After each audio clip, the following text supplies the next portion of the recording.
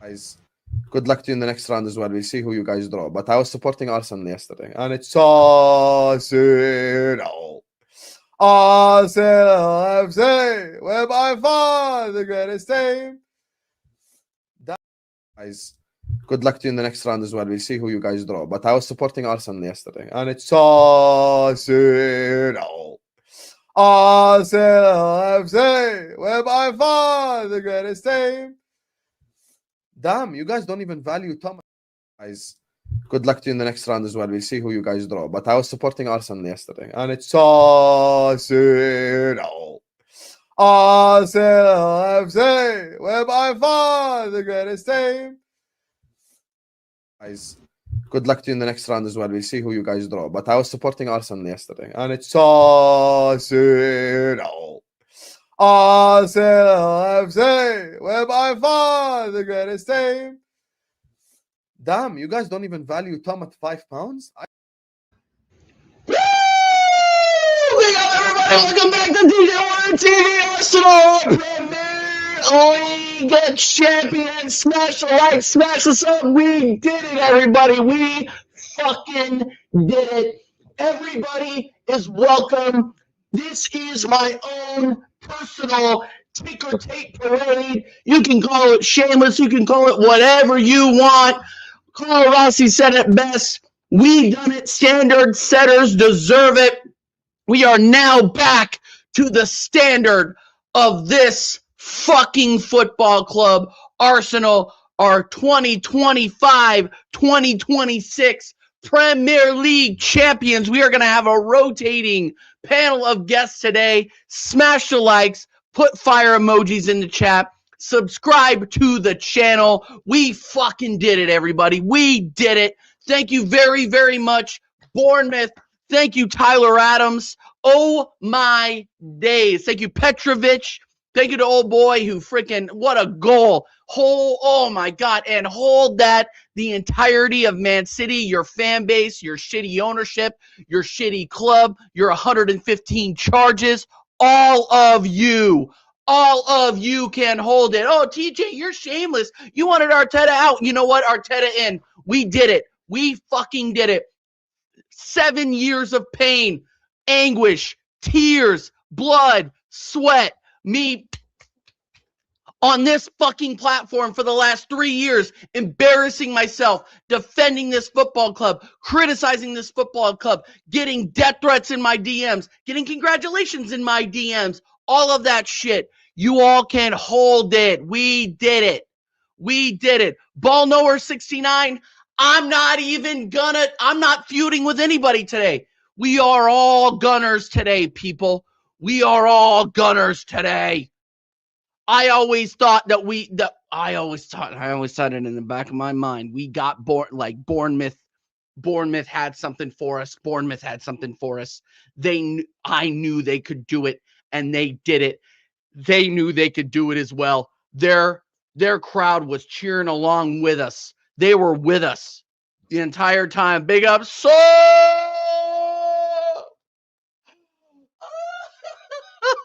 People are going to be like, TJ, you're shameless. And I'm going to be like, yes, that's what I'm going to be like. We're here all night, people. We're here all night. We got the drinks. We got more drinks over there. We got people rotating in and out. Dal is on his way. Connor is on his way. We're going to drop the link later. We got it, guys. Yeah, I can't stop crying, bro. I'm going to be honest with you. I listened to We Are the Champions about 5 times and got my tears out. I went ahead and listened to David Bowie, Let's Dance. What else did I listen to? Celebrate Good Times, Cool in the Gang. Yeah. Champions, ole, ole, ole. We fucking did it, everybody. We did it. Everybody that suffered the entire way there. This one is for you. Everybody that backed this manager and backed this project, you know what? This is for you as well. Because at the end, while we disagree on how we got here, we got here. And you know what?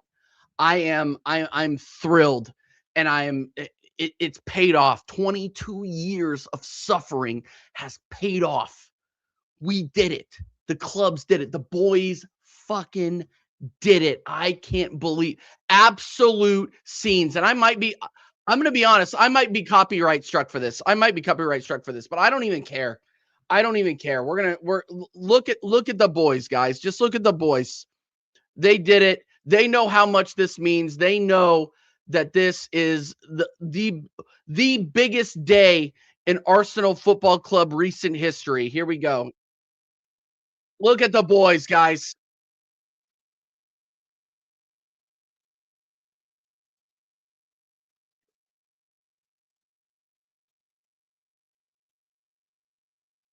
Look at the boys, guys. They did it. Every single one of them deserve it. Even that bum Kepa deserves it.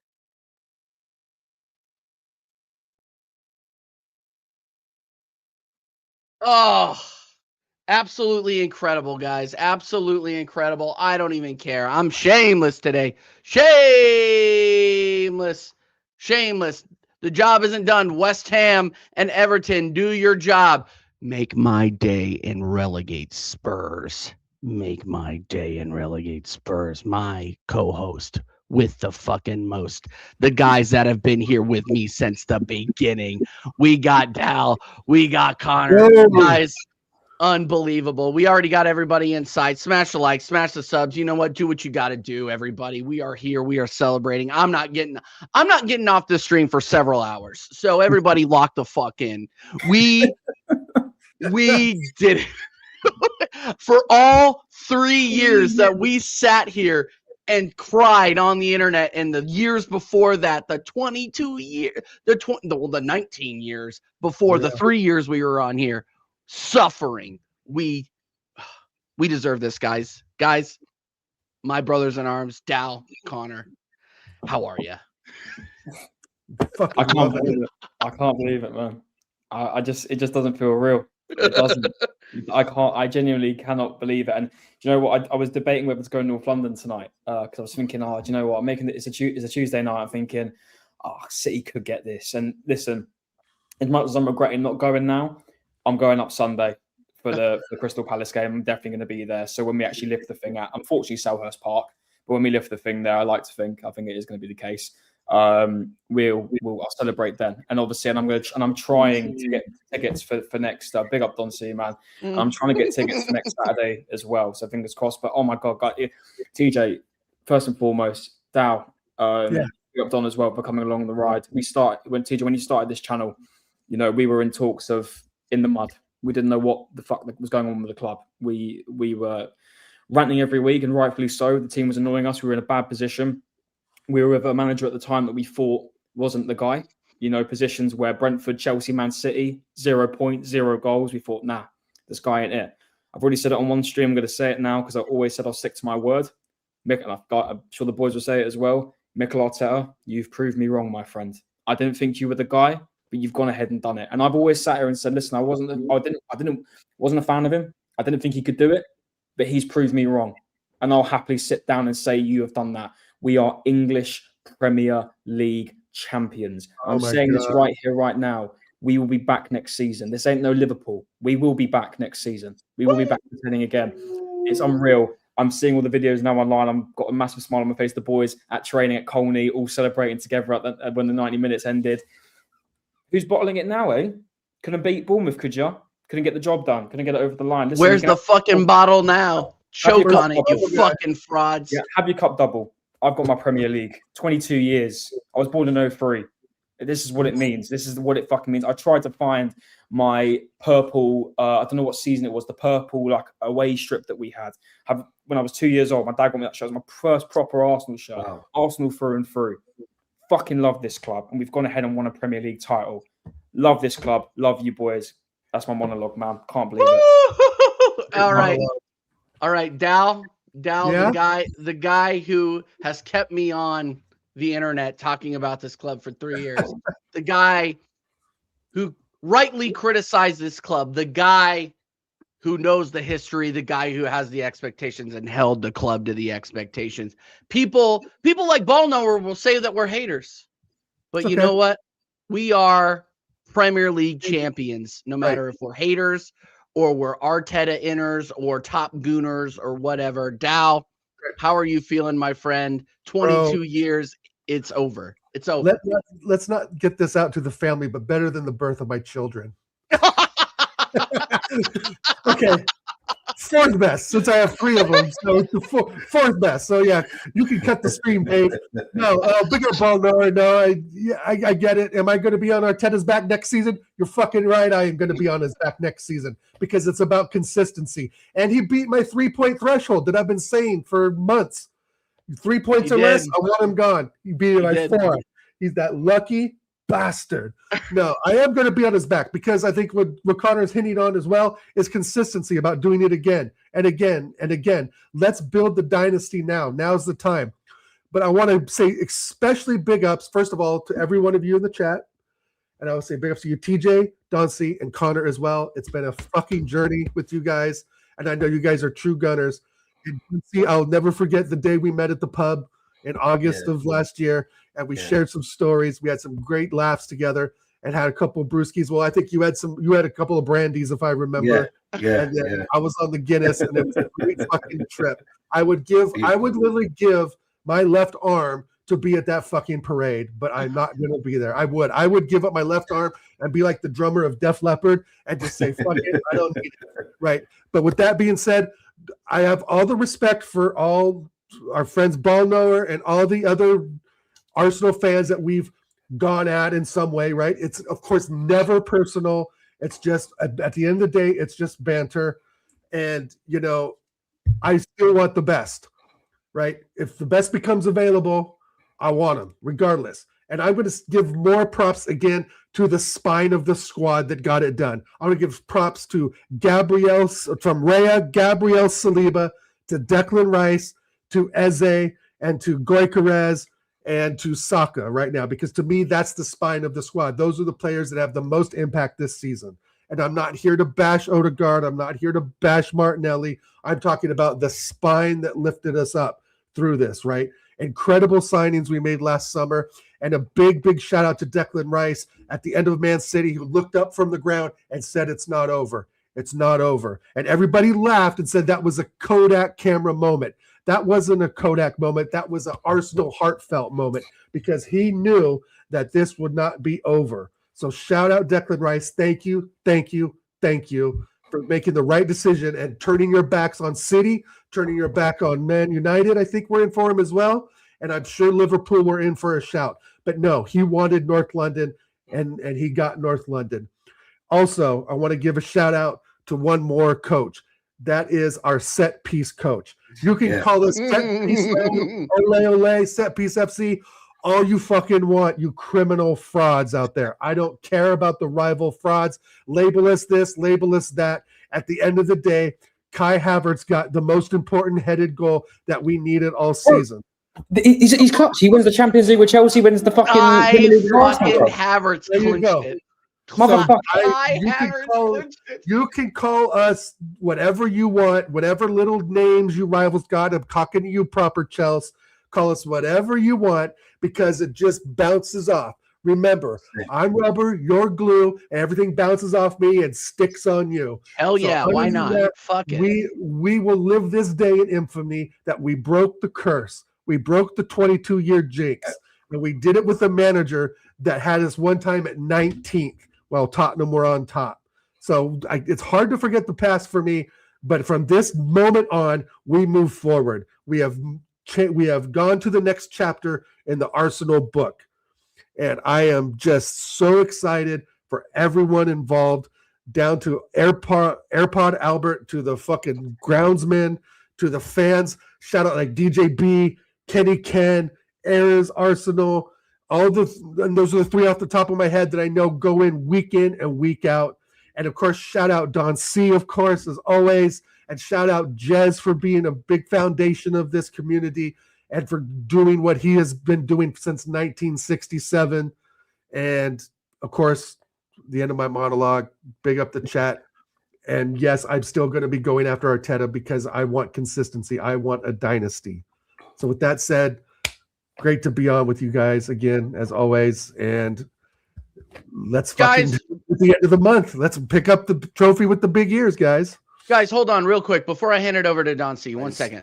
Good luck to you in the next round as well. We'll see who you guys draw. But I was supporting Arsenal yesterday, and it's Arsenal. Arsenal FC, we're by far the greatest team. Before I hand it over to Don C, I just want to say we're going to be live for hours. This is going to be going on for a long time. My wife has her friends coming over to watch The Bachelor, and I'm just going to be here drinking on champ and talking shit. And I don't care if there's 38 people in here, big up, like, share, subscribe, or if there's one person in here. We're going to be here all goddamn night because we've been here waiting for 22 years. What's a couple more hours, right? So big up Dal, big up Connor. And you know what? Don C, my brother, who has been under fire with me and Dal in the trenches for years now. I went back and watched some of our old Sarcasm City clips. You were there on your fucking phone, talking with us, taking the grenades. Right. Yeah. And now you are here. I couldn't imagine a better celebration stream. So if you don't mind me doing this. That's right, man. Cheers, my brother. Cheers, Yeah? brother. Let's go. Cheers. Let us know what's going on, man. I have a chocolate milk. Big up Fuzzy. Cheers. Like, people, if you didn't see before, when Connor was talking, I threw away the bottle. I threw away the fucking bottle. You know what I'm saying? I'm trying to represent my team right now. I've got my black Arsenal hat on, yeah, which is actually my favorite one that I like to go to the Arsenal Stadium with. Do you know why? I look like a fucking Undertaker to dig a grave for all you haters. All you people that bantered us for 22 years. Man United was in the ditches. They said they was going to win the league before us. Yeah? Chelsea, they thought they were going to win the league before us. To be honest, I never actually believed that Arteta could win the league for us. But I kept the positivity this season for once. TJ was pissed at me most streams when we drew or when we lost, yeah? Even when we played back, I smiled and I was like, you know what, yeah? Don't worry, bro. We're good. It's a win-win season. It's a fucking win-win season. And on the 19th, sorry, before I even go to that, me and Dal was on the stream last night, yeah, watching the Arsenal Burnley match. And he was in bits at times. So I'm trying to calm him down. I'm like, OG, don't worry. Yeah, we got this. And I said, I guarantee you tomorrow, City are going to drop points. He was like, no, I can't see that done. I can't. I said, I'm like, mate, yeah, I'll just smiling, relax. He's like, I don't know how you're so relaxed, yeah? The 19th of the 5th, 2026. You see us four here and many, many more of us are not going to let you haters forget this day. This is the worst league. Who cares? You must score set pieces. Who cares? You've got broken down your careers, which Connor backed, yeah? But we said, who cares? Because when it came to clutch moments, he showed up. Oh my God, I might have to do it. Yeah, he showed up. I swear the last on-field assist that we got was from Havertz. I mean, it was from Odegaard. Played that, disrespecting all season. But who cares? Yeah? Some people's defenders have got more goals than certain people's strikers. I'm not going to mention no names because you know what? We won the league. We won the fucking league. People. I don't think you heard me in the back. Say it louder, Don. Say it louder. The fucking league. Yeah? And you think we were bad flexing our gold trophy from 22 years ago? You think we were bad then? We're not like a manufactured club like Man City. We've done it the hard way. Yeah, we done it the proper way. We didn't need to come out with any 115, 116 fines. We didn't need that. Yeah, at least we could say we ran out Klopp, and in a winning year we ran out Pep. Yeah, the greatest manager of modern day football. Yeah, I can't believe Arteta ran him out. Yeah, it's like if he ever was Karate Kid, Daniel's son finally beat Mr. Miyagi. Yeah, that's what it's like to me, people. You hear what I'm saying? Yeah, and I'm not Arteta's biggest fan. I'm like the rest of these men. I want consistency. Give me that, and I won't say a bad word about you. But today, it's about Arsenal. For me, it's not about nothing else. It's not about you haters. It's about enjoying this moment. It's about all you fans that went missing and let us took the shots. We're gonna take the congratulations with that. because we never went missing. You know what I'm saying? Week after week, time after time. Yeah. It's about the real Arsenal fans, yeah, standing up and taking this moment. You see, people like us, we are in so many groups with so many other people from other teams. We get hated on every single game. It could be on Sunday. I could be on my way to church, a christening. I'm looking at my phone. Oh, Arsenal, after my shit, they're not going to win anything. But today, you lot can't tell us nothing. So when Sunday comes along, right, I hope they play the under 21s, under 11s, under 5. I don't care. Yeah? Let's go to the start. Because at the end of the match, when I see those armpits, yeah, I'm going to be lifting them up like my name is Mufasa lifting up Simba. So I'm saying, people, yeah, big up Arsenal each and every time. Big up Arsenal. And we're going to talk about all of it. We're going to talk about how we got here. We're going to recap the season and all of the heartache and just all the feelings that keep going through it. But like, look, guys, keep playing along in the chat. We got 51 inside. Subscribe to the channel. Like, share, subscribe. Do all of the things. Go and subscribe to Donversations TV as well. My fucking brother right here. The guy who went to war with me every week with that fucking fraud flawless and all those idiots that came into the Sarcasm City TV stream calling us haters or saying that our standards were too high or our standards were too low. Our standards were right where we fucking needed them to be. And everybody who contributed to this channel up to this point, we fucking did it. We finally fucking did it. And you know what, guys, I have not. And look, Crystal Palace, it's going to be a celebration. I don't give a fuck if we lose that 8-0. I don't care. We could lose 8-0. Put the under 18s out there. Like Dal said, I'm totally fine with that. But here's what we got to do. We got one more match left. We got one more match left. And I'm not going to look forward to that too much. But we got one more match left. Guys, get drunk this week. My message to the Arsenal players. My personal message to the Arsenal players. Thank you for this moment. Thank you so fucking much for this moment. Mikel Arteta, thank you for this moment. You did what we were asking you to do for the last 8 years, and you knew you could do it, and you fucking did it. So great goddamn job. So celebrate, get hammered for the next 5 days, because on the 30th, you have another job to do. You got one more job. And if you can get that done, I will be forever grateful. You will deliver what Arsenal fans have never seen. And I believe that we can fucking do it. But we're not going to look forward. We're going to look behind. We're going to celebrate today. And guys, again, smash the likes. We're seeing all the fucking legends in here today. And Ball Knower's not a legend, but he said, "Do you like my profile?" Yes, of course we like your fucking profile. Beautiful today, bro. It's beautiful. Amazing. Big up Anthony Herbert as well, who's been here since the goddamn beginning. Big up my guy, Mr. the tractor boy himself, the tractor man. He says, "Let's save the players for the Champions League." Abso-fucking-lutely. 14 times champion. Absolutely. Wow. Yeah. I mean, guys, we finally freaking did it.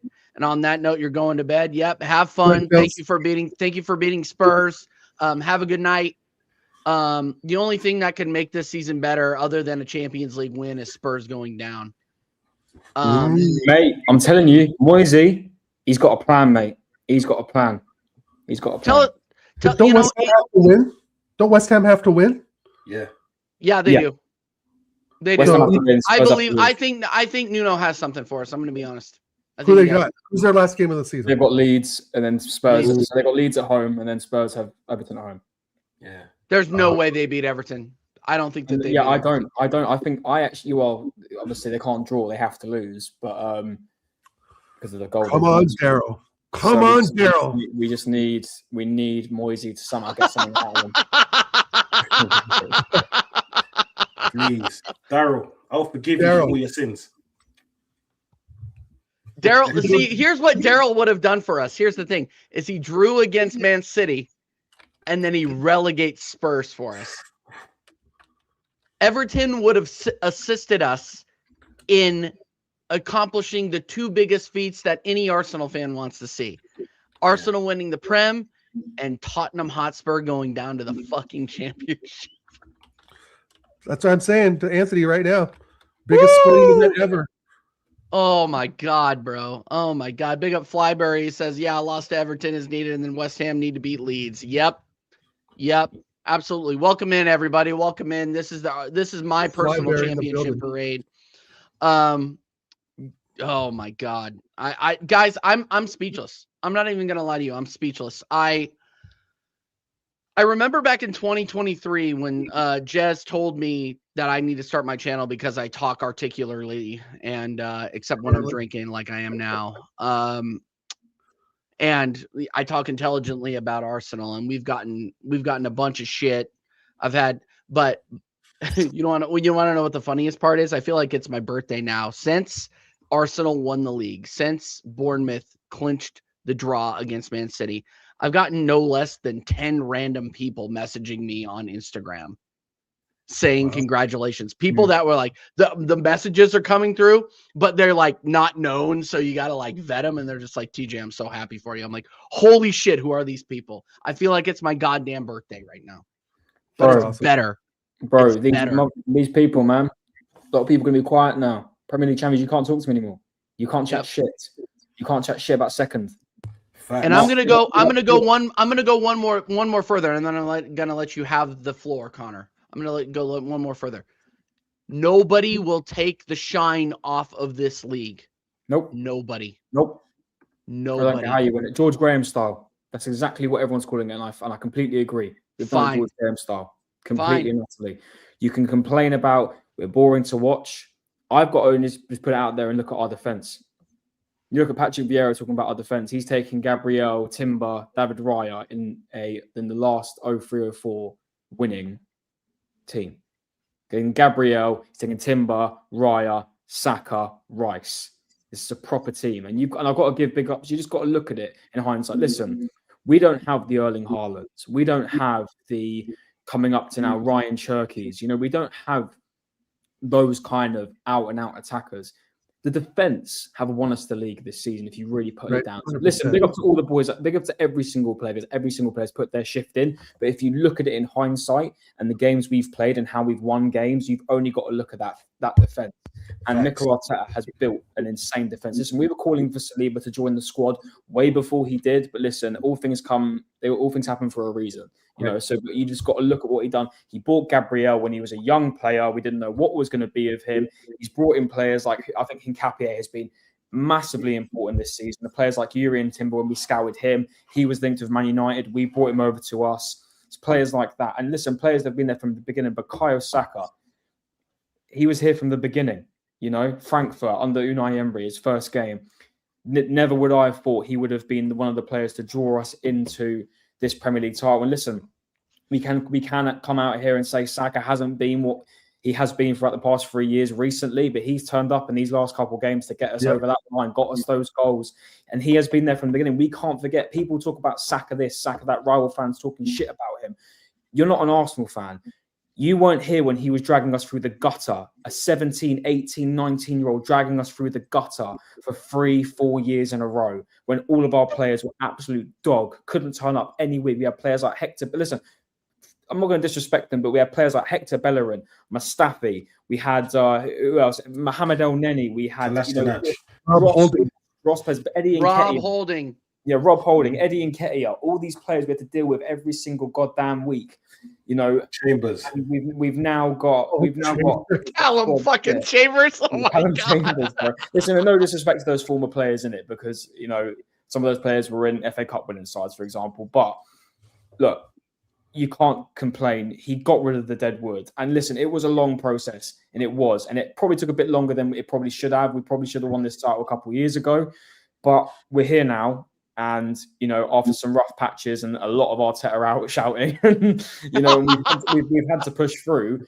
And listen, at the end of the day, the club trusted him. It took a bit longer, but we're here. We are here. And I agree with Dow. It is now about, right, we're going to celebrate this 100%. I'm going to lap it up for the next year. I want to lap it up for next year as well. I want to be back here next year and I want to win it again. Let's win it a bit more convincingly. Let's go a bit further. Let's get this attack a bit more in order in the summer. Yo, players will want to listen. Players wanted to come to Arsenal last summer. I think it's taken a while for players wanting to come to Arsenal. Bro, call up a number. Julian Alvarez, you want to come? Yep. See you later. Come down to the Arsenal. You know, players like that. We're going to be attracting a lot of players. The Kroenke's going to be giving us I love to think a big transfer budget. We're going to have a lot to work with. Definitely shift out of some of the attacking players.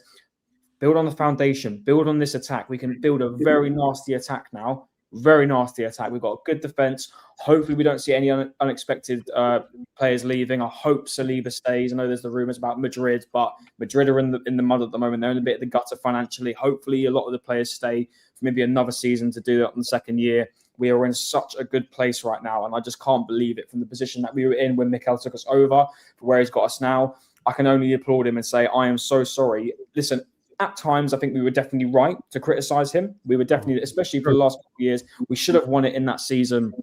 The Southampton 3-3, we really threw it away towards the end. The 1 point difference, we really should have won it that year. But I can't not sit here and say, listen, you've proved me wrong. And it's as simple as that. And build the motherfucker a statue. Because I'm sorry, it's been 22 years and we've gone ahead and done it.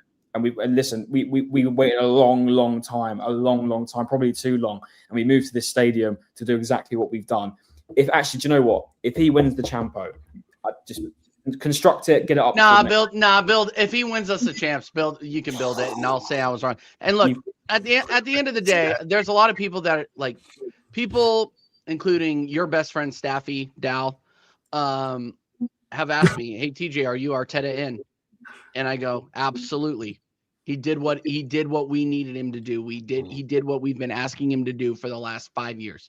He did it. He fucking did it. So I will doubt him. I will hold him to the same standard next year. Yep. Unless the results go absolute to shit, I'm not going to say a word because I don't see us falling off next season excessively.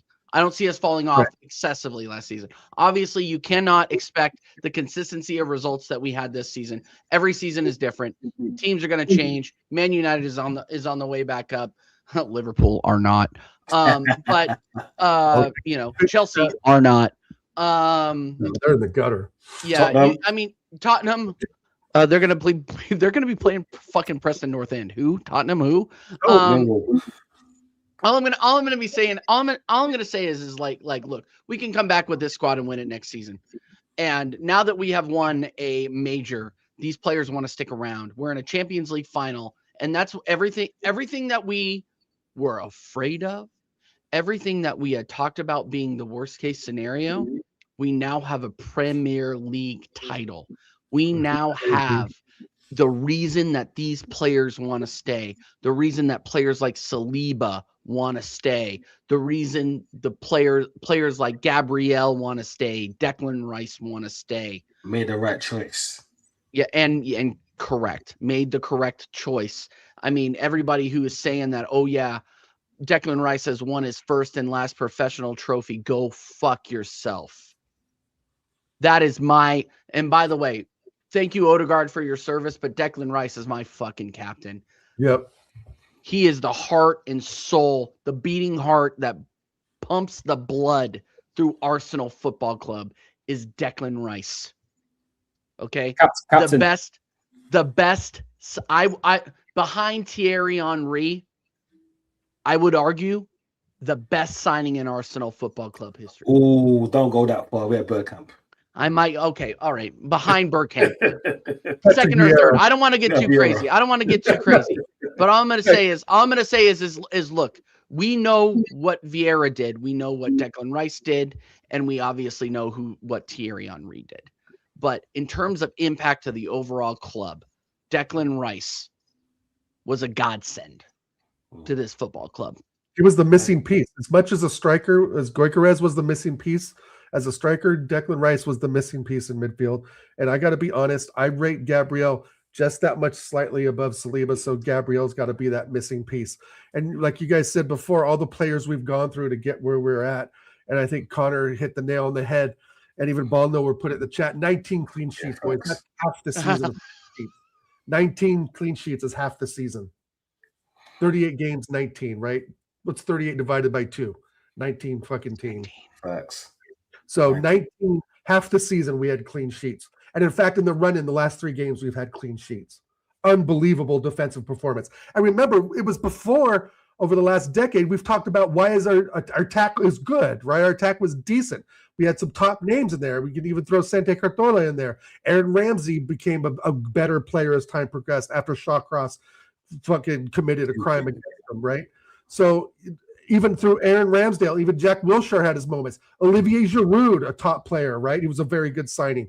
But still, none of those players could really achieve what we've achieved today, right? The FA Cups were fantastic, don't get me wrong.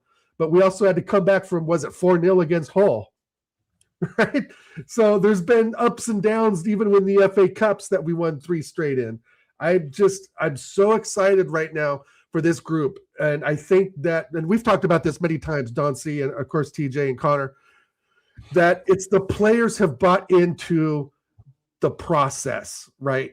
And that's why I've always said, if we were to sack this manager, it would be in the middle of a season, like a December or January, it would do the players head in mentally. And I don't think some of them would recover. They've bought into this project, right? Big up Yeti. Big up, brother. Big up Yeti. Thank you for coming by, guy. Absolutely. Go support Long-Haired Yeti, please. Please. The #1 Forest fan on YouTube. Fuck that Wolfie guy. Long-Haired Yeti. No football. I'm with that the fuck thing. Know, I'm with fuck Wolfie every single fucking day of the week. Exactly. He's a fraud.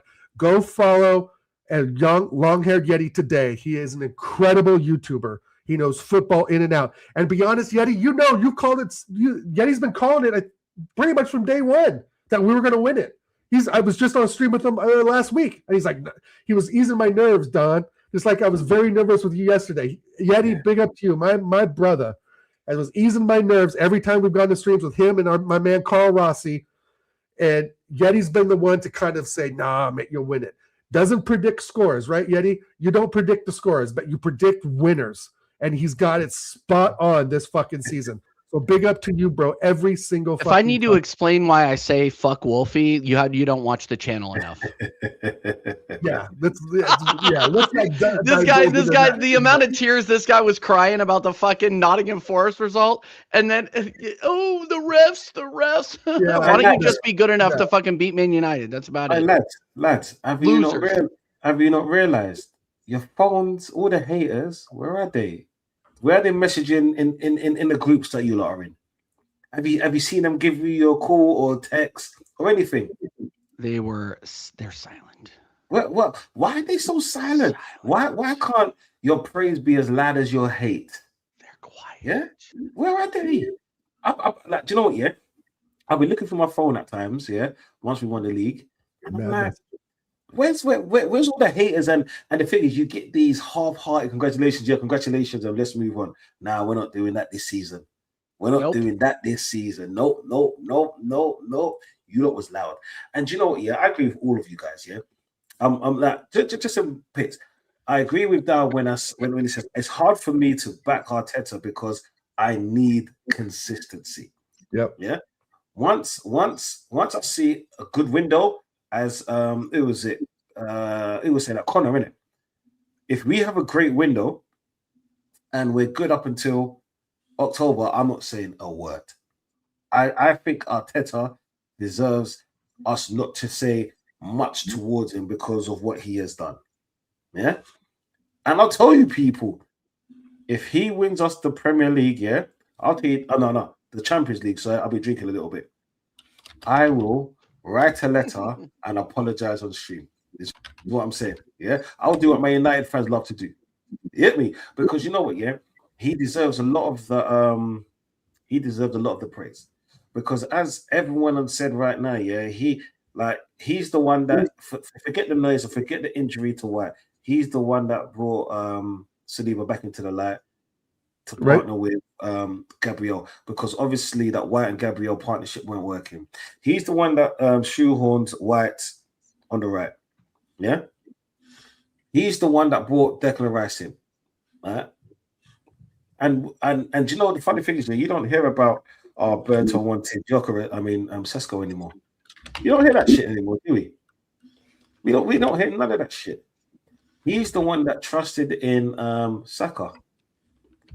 kept on playing him through injury, even though people like us, well, myself anyway, was destroying him and saying like he's having poor games and all of that. He's the one that brought David Raya in, and we all know what a lot of people said when he took over Ramsdale's place. He's not better than Ramsdale. Oh no, Ramsdale's a nice guy and this and that. Even though he loses concentration and lets the odd few goals in, he's a nice guy. Let's keep him in goal. But he's stuck with Raya, and since then he's got 3 clean sheets. 3 clean sheets. Unbelievable. Yeah, 3 of them. Yeah. Right?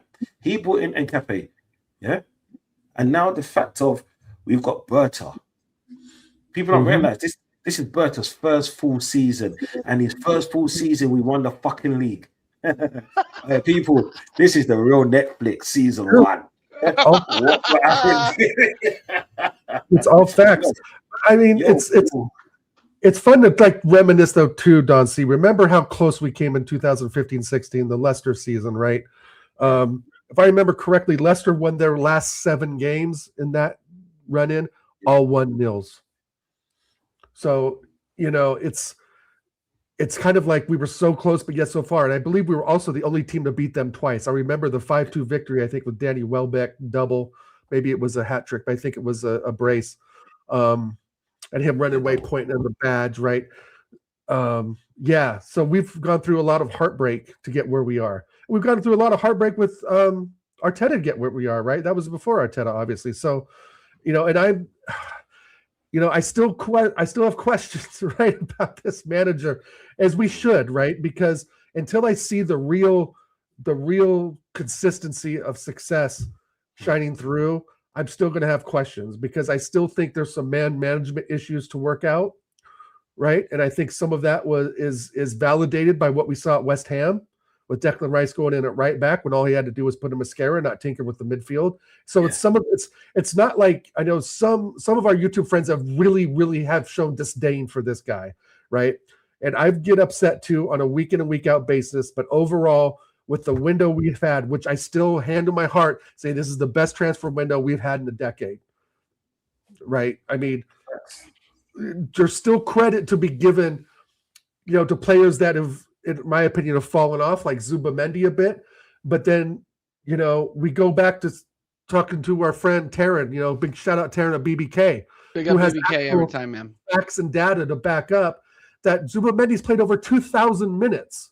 Norgard has played under 90, right? So there is improvement to be made, right? So at the end of the day, can any real professional footballer playing in this league play over 2,000 minutes and not have some sort of drop-off, fellas? Like, that's going to happen. At the end of the day, they're still human beings. They aren't fucking robots, guys, right? And as much as we get on them because we see the price tags that they command every week or every month, right? We're paying Odegaard over $1 million a month.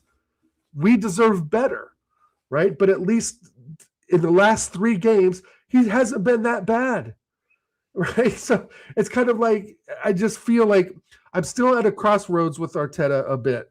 And big up Josh. Thanks for having me on earlier, bro. That was fun. Big up Josh. Josh, if you want the link, fucking reach out. But we did it. Woo! Yeah, reach out, Josh. I just think there's, like Connor was saying too, there's been like bumps in the road to get where we're at, right? It's kind of like we deserve better at times, but when we've asked for a clear out, we got it. When we asked for Mustafi out, we got it. We asked for Socrates out, we got it. We asked David Luiz out, we got it. Willian, we wanted out, we got it. Right? Holding, we waited season too long, but we got it. Right. I mean, but those things like in world football, those things just don't happen so quickly. Yeah. Right? They just don't happen at the snap of a finger, And so sometimes I feel like even my expectations were probably a bit reaching, but it's because we've waited this long, right? So by all means, I think we stand a very, very good chance for in the Champions League final, especially with the injury report I've been hearing, guys, with Dembele possibly out, Nuno Mendes possibly out, Hakimi possibly out, right? That does change the dynamic. But of course, CJ, I don't want to dive too far into Champions League. We still have to play the game. We're going to have several shows before that. Exactly. But we're here today to celebrate Arsenal Football Club and breaking the 22-year curse. And again, we've come close. And that's what makes it so heartbreaking.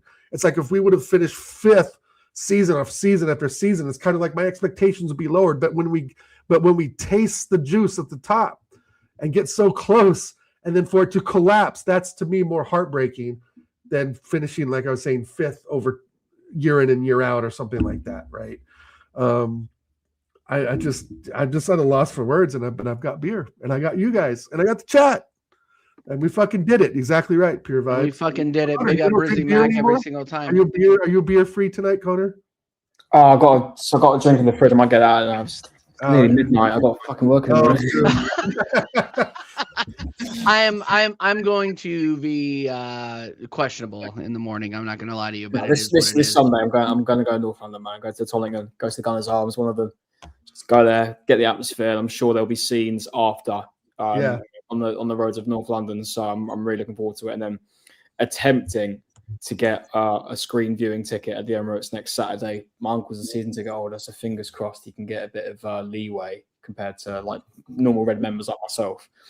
That would be great. But I mean, I was going to have a pop at Arsenal there. 16,000 seats screening for a 60,000 capacity stadium.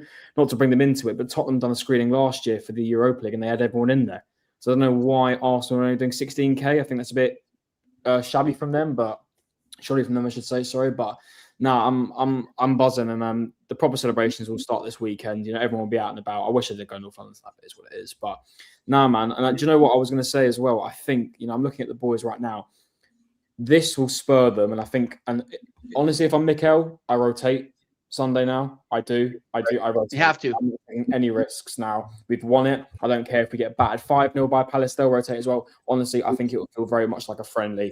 We'll rotate. They'll rotate. We've both got big games coming up in those upcoming days. So it works in both hands. City probably won't give a fuck. They'll probably just put on whoever and whatever. They'll do a thing for Pep at the end.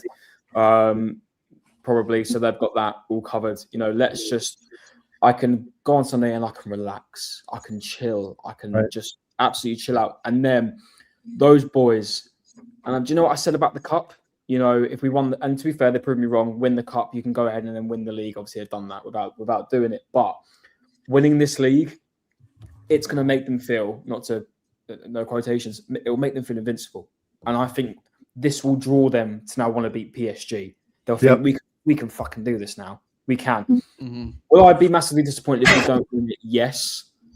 However, this in itself, and I know obviously we want the double, of course, and we will be even louder if we win the double. It will hurt if we don't win it. It will hurt a lot, but you can't not sit there and still say, you know, we're English Premier League champions, and we're in the final. We're at least in it, bro. We can. So, and I'm not. We can. In there, and I do not want the Arsenal boys to think we won the Prem. We're all right if we don't win it. No, still go ahead and do it. But if we lose by PSG, we're just the better team. I'll say fair, but we've still gone ahead and done a massive achievement. However, I don't want that to be the case. I want them to go ahead and still, you know, go all the way for it. But I think they will have this huge, massive amount of confidence going into that game now in Budapest. PSG have done their bit. They win it pretty much every fucking year anyway, so they're pretty much used to it. But come on, we can take these guys on now. I know their attack's great, and I love some. Kvaratskhelia for me, out of all the attackers, I know you've got Ousmane Dembele, who probably is the better attacker, but for me, as an Arsenal fan, I would kill for that guy at Arsenal. Just the flair that he has. But I think we can take them on, and I think with our defense and the way we play football, if we control the game, I think we can really go ahead and do it. If Arsenal go ahead and win a Premier League and then a Champions League, they have made history as it stands currently in terms of 22 years, but they will make the ultimate history to win that Champions League for the first time in the club's history. That will be historic, and that will be absolutely phenomenal. And no one can take it away from us by saying, "Oh, it was a shit Champions League. You got this, you got that." To beat PSG, the current holders, I will give them the biggest middle finger if we go ahead and win in that scenario. So we're winning it. We're winning it. I honestly, I hope so as well, Dunsey. I really do hope so. No, I believe we're winning it because corrupted. Oh, yeah. You know, the league is corrupted. This is what I mean, man. This is what I mean. When the narrative suits me, if this was Chelsea, Bader, this is Man United. We were finishing in the top four. VAR decisions go their way. It's all, but it's the league. Oh, stop crying. We're doing it to you now. Eat your dessert. It's your just dessert. Keep eating. Keep crying. Yeah. If this was you in this position, you'd be saying you don't give a fuck. Cry more. We've won the league. You should have beaten us all those other times you had the opportunity and stopped us from doing it. But you didn't. We've won the league. Cry more. Go do it another year. Go do it another year. We don't want to hear it. Sorry, Don. Continue. No. Do you know what it is? I was not. Hey, Connor. I love when Connor's like this. You know I what I'm saying? I love when Connor's like this. Like, he's getting his drink. Oh, he's getting his drink. Get the loader, Connor. Get the loader. There you go. Yeah. Connor, do you know what? Yeah, we've been taking shots for years. Yeah, shoot back now. Shoot back at all of these pussy holes. Yeah, I haven't said this on this stage today. You lot rivals are pussy holes. Do you get what I'm saying? Yeah. Coming to the Champions League now, right? He's got a big lager in his hand. All I'm hearing is, Arsenal, second favourites. Man United were there once. Arsenal, they're not going to beat PSG, but do they believe Chelsea was going to win their first Champions League? Who remembers that night in Turkey? AC Milan, Liverpool. I was at Henry's Bar. I remember it, 2005 Istanbul. Who remembers that? Yeah. And people are telling us, oh yeah, the underdogs. Okay, tell that to Crystal Palace last season. Yep. You get me? Tell that to Liverpool last season. What happened? Look, right, Arsenal needs to realize we're not kids no more. The star boy is a star man. Yeah, he ain't a star boy no more. We've just done something that not even the great Ozil, the fantastic Cazorla, or the tricky Alexis Sanchez could do. We've done this without an Aubameyang. Yeah, that's what we've done this with. We've done this on grit, spirit, and a heart alone. That's how we won this league. So now, do the same thing with the Champions League. The reason why I believe that we can do it is because, for one, we're in the competition. So, do you know what? We might as well go for it. Plus, we all hear how good their defense is. I mean, their attack is, but we know how good our defense is. The thing is, can they, when it comes to set pieces, what do you think they're going to do? Last season, right, with this near enough same team, yeah, minus Donnarumma, how did it go? Huh? We could say a year has gone and demo season. We just won the motherfucking league. This is what I'm saying. So it's all bay all day long right now. So you're telling me that we can't win this Champions League? I don't care if we're second best. Do you know what? Yeah, I like the underdog story. I like the sub story. I like the X Factor story, because when they become number one, what are you not going to tell us? This is what I'm saying. You lot hated on us for so long. We couldn't win the league because City are so strong. City are going to go on a run. Everton changed that shit. Yeah? It did. Let's be that stone in PSG's cog. The mighty PSG's cog. Like Connor said, what are you going to say? This is a horrible Champions League night. It wasn't, because PSG is supposed to be the best team in the world at this present time, because they got Dembele, the Ballon d'Or winner. They got Kvaratskhelia, the person who's probably going to win it. They got the best midfield in Europe, yeah? But we've got something that they haven't got. We've got grit, we've got strength, and we've got heart. That's what brought us through this season. You know what I'm saying? And yeah, you know, it's the manager done some things good. I'm not even going to lie. I'll bring him up as well. You get me? But for me and being in this Champions League, right? Do you know what? I'm backing my team to win. I'm backing my team strongly. Do you know what? If we don't, I'm not going to be disappointed. I'll tell you why. Because we got the league. Yeah. Is that enough for me? Yeah. But do you know what? If you're going to give me a little bit more food, my belly will always say yes, please. So do you know what? Yeah. Bring on PSG. It is what it is. After all, can I go ahead and say winners. Can I go ahead and say something? And there's a saying here in America that we always say about the underdog going up against the champs. So I'm gonna go back to my recent memory. Well, not recent memory, just a memory from my childhood when the Avalanche went up against the New Jersey Devils in 2001, and they had just won the Stanley Cup. And the Avalanche went in there and won it in 7 games against the defending champions. This reeks of that. You want to know why? Because we wanted it more. They have the champagne. They've cruised into they've cruised to another Ligue 1 title. They cruised into the, like, I won't say they cruised into, but they got to the Champions League final. with rested players and with Ligoon giving them a break and adjusting their schedules so they could compete, whereas we didn't get that. But I can tell you right now, this is the mentality that we've been asking for. This is the momentum that we've been asking for. And now we have done something that we have not done in 22 years going into this Champions League final. And they have done something that they do pretty much every year. We want it more. You can tell those boys at guys, the guys at the training ground that were there just like jumping up and down. You can tell they want it and they want more. And that's the biggest point. That's the biggest point. All those boys at Hale Inn jumping up and down with everybody that deserves it. Everybody, the freaking cooks were there. The kit ladies were there celebrating next to Declan Rice and Ricardo Calafiori and fucking Bukayo Saka. Like, you can tell how much it means to the entire organization. And what does success breed? More success. Right. You fed the fucking beast today. You fed the beast today. And now we are going to move forward. And we are going to, I think we can win the Champions League. We win the Champions League. And as Yeti said in the chat earlier, the story starts now. The story starts now. Let's go and win more. Winning breeds more winning. We're not fucking Liverpool. What I will say about the Cronkies is that they have built something here. What I can say about Mikel Arteta is it took us a while and it miles and miles of fucking heartbreak, but we are here now. We're here. And we have now won the biggest competition in England, and we can win the biggest competition in Europe. And now we will be competing every single season for that. You want to know why? Because we have the foundation and we have the players to continue to move this forward. Success breeds success. That's it. That's the beginning and the end of it. We don't have an aging squad. We don't have players that, I'm not sure if they can deliver. No. Do we need to inject some players into the squad? Yeah, of course we do. But that's it every season.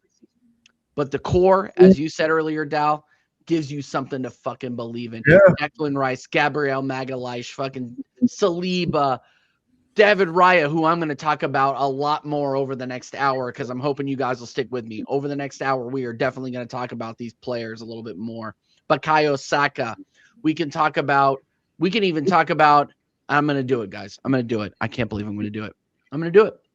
We can talk about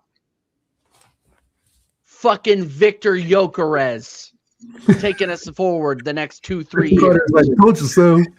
That's amazing. Honestly, just hearing uncomfortable conversations, DJ. We can fucking do it, guys, and we have the spine to do it. TJ, one thing I heard too was the March Madness, right? When UConn went through, an incredible story from UConn basketball. And one of the analysts on ESPN said there's a difference between talent and fight. Everyone's got talent, but not everyone's got fight. And to me, I got to run for 2 seconds. I'll be right back. Fair enough. 2 seconds. Those words ring true.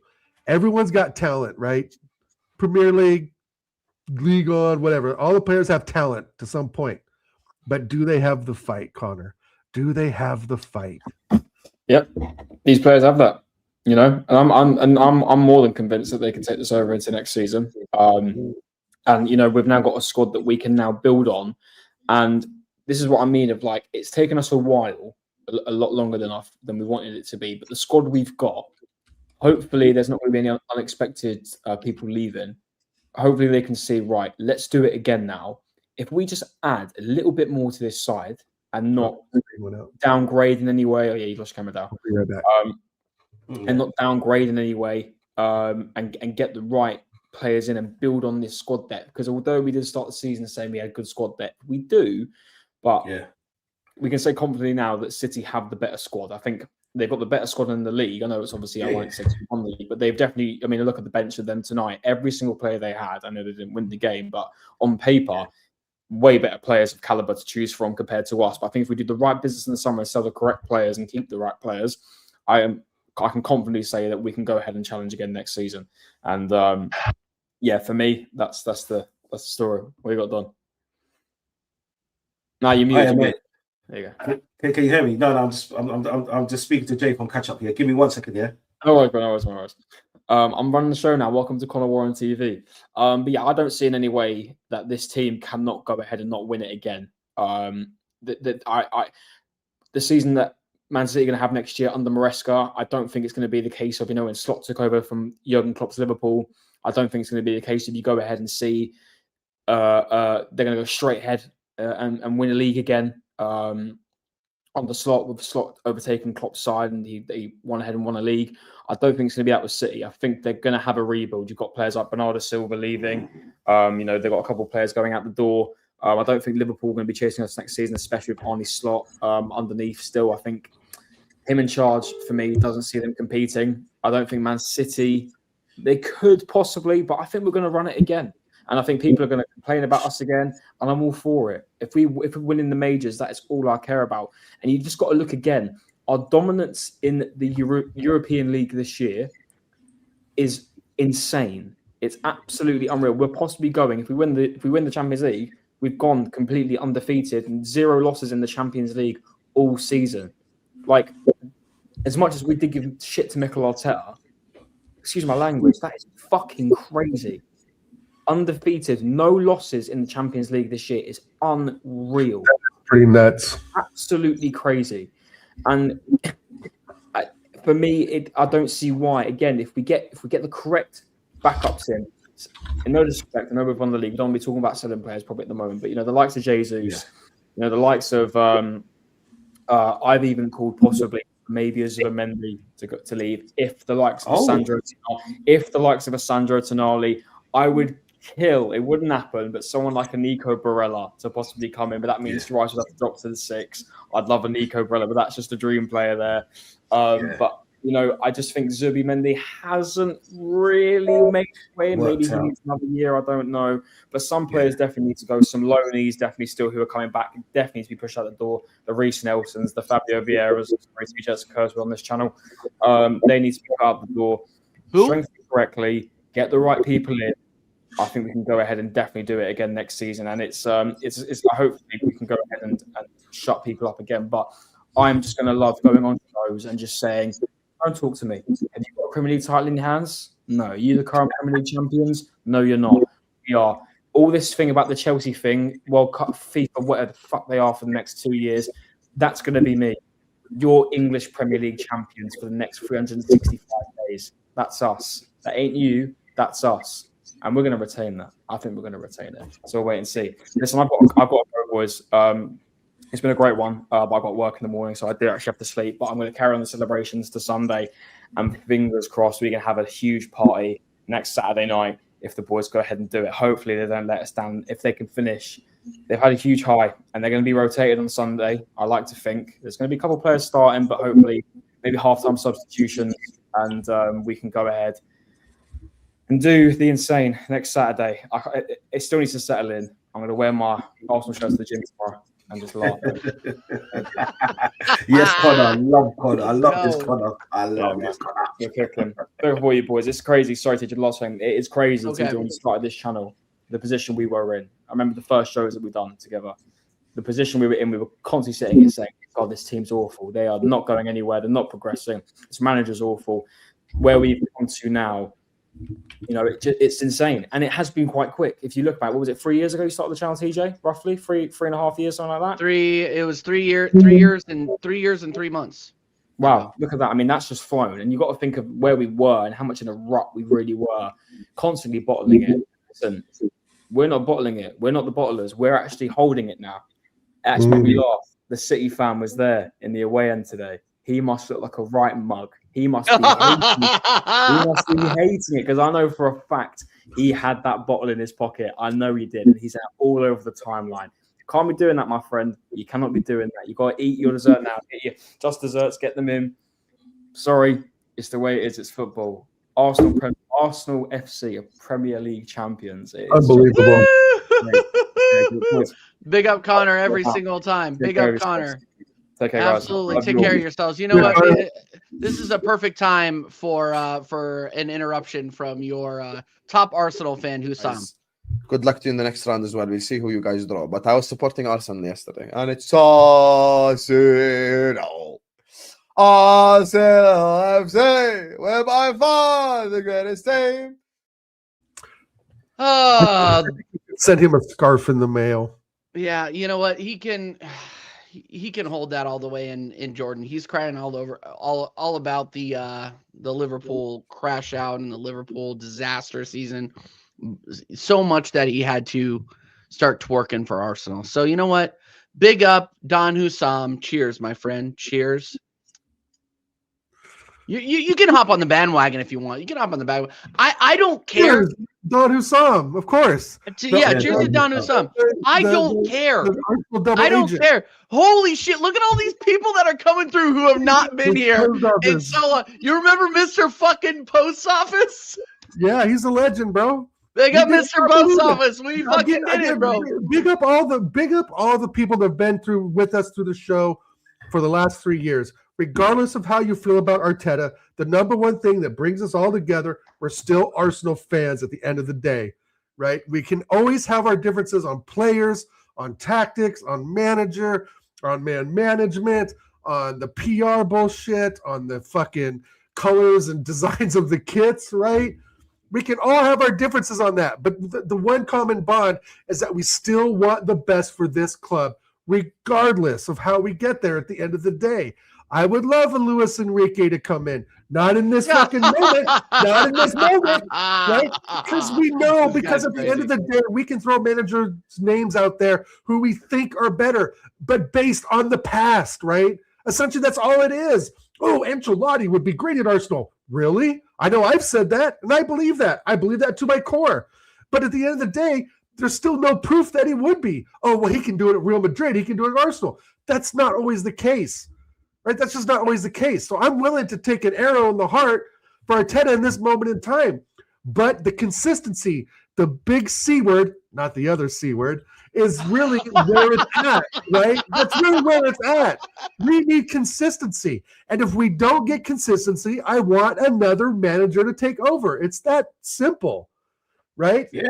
And at the end of the day, I love all the Arsenal fans that come in here, even the fans from other clubs, Chelsea, Hussam, Bader, etc. Right? At the end of the day, though, this show is for Arsenal fans, bro. And Mr. Post Office, as much as we've bantered back and forth over the last year or so, you're still an Arsenal fan. It's still love, bro. It's still bless up, right? Because no matter what, we all want the best for this club. We all want this club to achieve.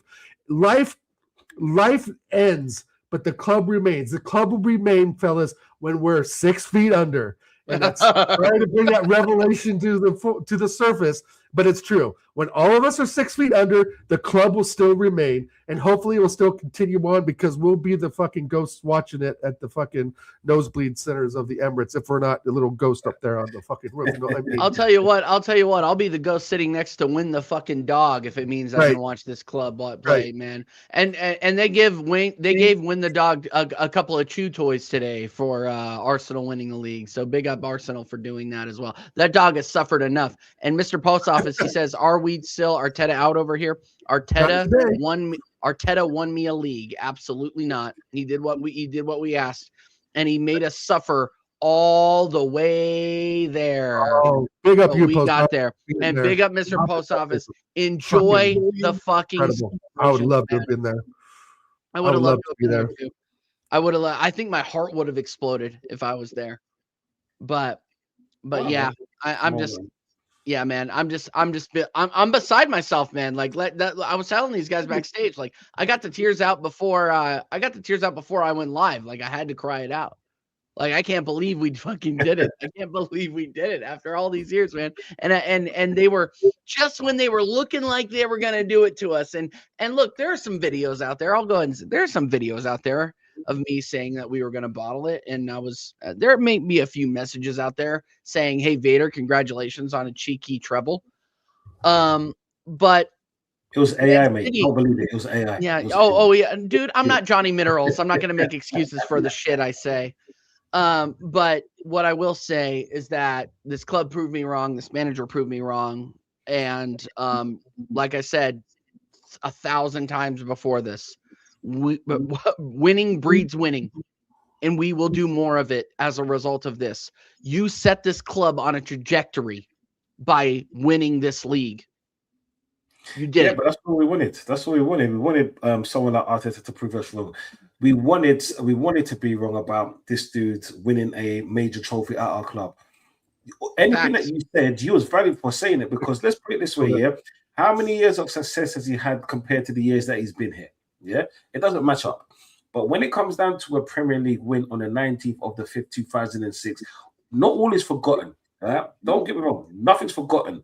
But we're going to enjoy this moment because it's been 22 years since we've lifted a major trophy. Look, yeah, I've been on some bastard shows, yeah, some bastard shows with some bastard panelists, yeah, that put up a fucking timer of when the last time we won a trophy, yeah, and then the last time we won a league title, yeah. That's cool. It was a hell of a lot of numbers, people. Now Reset it the is clock, 0, bitch. 0, 0. You know what I'm saying, yeah? That's what I'm saying, bro. You get me? I'm being as shameless as hell. Like I said at the beginning of the stream, we you see us Arsenal fans, yeah? When Arteta first came and he said we're gonna suffer, he didn't realize how right he was. We suffered, yeah. We even had to name a dog Win just to get some kind of winning spirit within this. We heard about squeezing oranges or lemons, yeah. We heard about a fly over a ball. We heard of dry grass, yeah. Was it all worth it at that time? No, because we didn't actually see the bigger picture. But after yesterday, now for me and today for you guys, yeah, I'm enjoying the bigger picture now. Yeah, I'm not all the way there to say Arteta was right, but I'm man enough to say thank you, Arteta, for finally bringing us something that us Arsenal fans deserve. Yeah, It's been a hell of a long time since I've seen us Arsenal fans, my home city, celebrating. People don't actually understand. Yeah, you see, there's going to be fans all around the world celebrating, and I love that. But you know what? Also love. I love seeing the place that I grew up celebrate as well. Because for the small city that small town that Islington is, yeah, the streets are packed tonight. The streets have got fireworks. The streets are alive. The streets have got energy. No one cares. Yeah. And this is what Arsenal done. And at the beginning of the season, that's what I said I want Arsenal to do. For the fans that actually give a flying fuck, that bleed, sweat, and tears. Like, you know what, yeah? Let me say this, yeah? I'm going to pick up the mic on this. I'm going to get a bit emotional right now, people, yeah? Like, you lot don't actually understand, yeah, how much we love Arsenal, yeah? I'm born and raised in Islington, so my blood is Arsenal through and through. My granddad fucking supported Arsenal. That's why I love Arsenal. You see these two legends, yeah? These two fucking Americans, my brothers, right? Yeah, they wake up 5 o'clock in the fucking morning to support this club. Yeah, they go to work here and stream, yeah, while working. Yeah, they do so much just to do so much so they can actually be a part and care about this club and have this club in their heart for life. This is what I'm saying. Yeah, you see people like them. They're the true Arsenal fans. Because which one of you dumb motherfuckers will wake up 5 o'clock in the morning to watch a team that you love? Not many of you. But yet you'll criticize them. Yeah. So I don't want to hear none of that no more. You know what I'm saying? What I want is for all of us to be like, you know, we're Arsenal fans. Let's just enjoy this moment. Yeah. All this Arteta in, Arteta out can wait. All this, who we're going to buy next season, who we're going to play next season, what are we going to win next season can wait. Because for today, yeah, and for the next few weeks, it's all about enjoying this league. Look, people, we spent 22 years trying to win this thing. Now it's here. Let's enjoy every single second that we have this trophy in our arms. See what I'm saying? I want to say thank you, Arteta. Thank you, Arsenal. All the fans around the world, yeah? This one's for you. This is what I'm saying. Big up my Arsenal people, them. Yeah, and you know what? I just want to say one thing real quick. Thank you. Yeah, no, and that is very kind. I mean, and look, like I fell in love with this club back in like 2010, just because I identified with it and I identified with the fan base and I identified just with the direction the club was going in at the time, and just the other teams that I focused on, the Avalanche, the Nuggets, that were also owned by the Cronkies. And yeah, people give me shit about that, but that was the only thing. Like, dude, I was young, dumb, and full of cum at freaking in freaking 2010. Like, I didn't fucking know anything. Like, I was dumb. So was I. I was, yeah, bro. I was dumb, and I was in college, and I just wanted a Premier League team to latch onto. And I said, you know what, the Cronkies own the Avs. I'm gonna go with Arsenal. And they were in the same kind of boat of, yeah, we're recovering from winning a bunch of trophies, and we're recovering, and you know, the finances aren't there because Arsenal were recovering from building the Emirates, and the Avs were recovering from trying to win a bunch of cups, and we were rebuilding and all this shit. And I latched onto that because it's like, you know what, we're building something here. We are going to build something from the ground up. And Arsenal had some intermittent success. The Avalanche fucking didn't.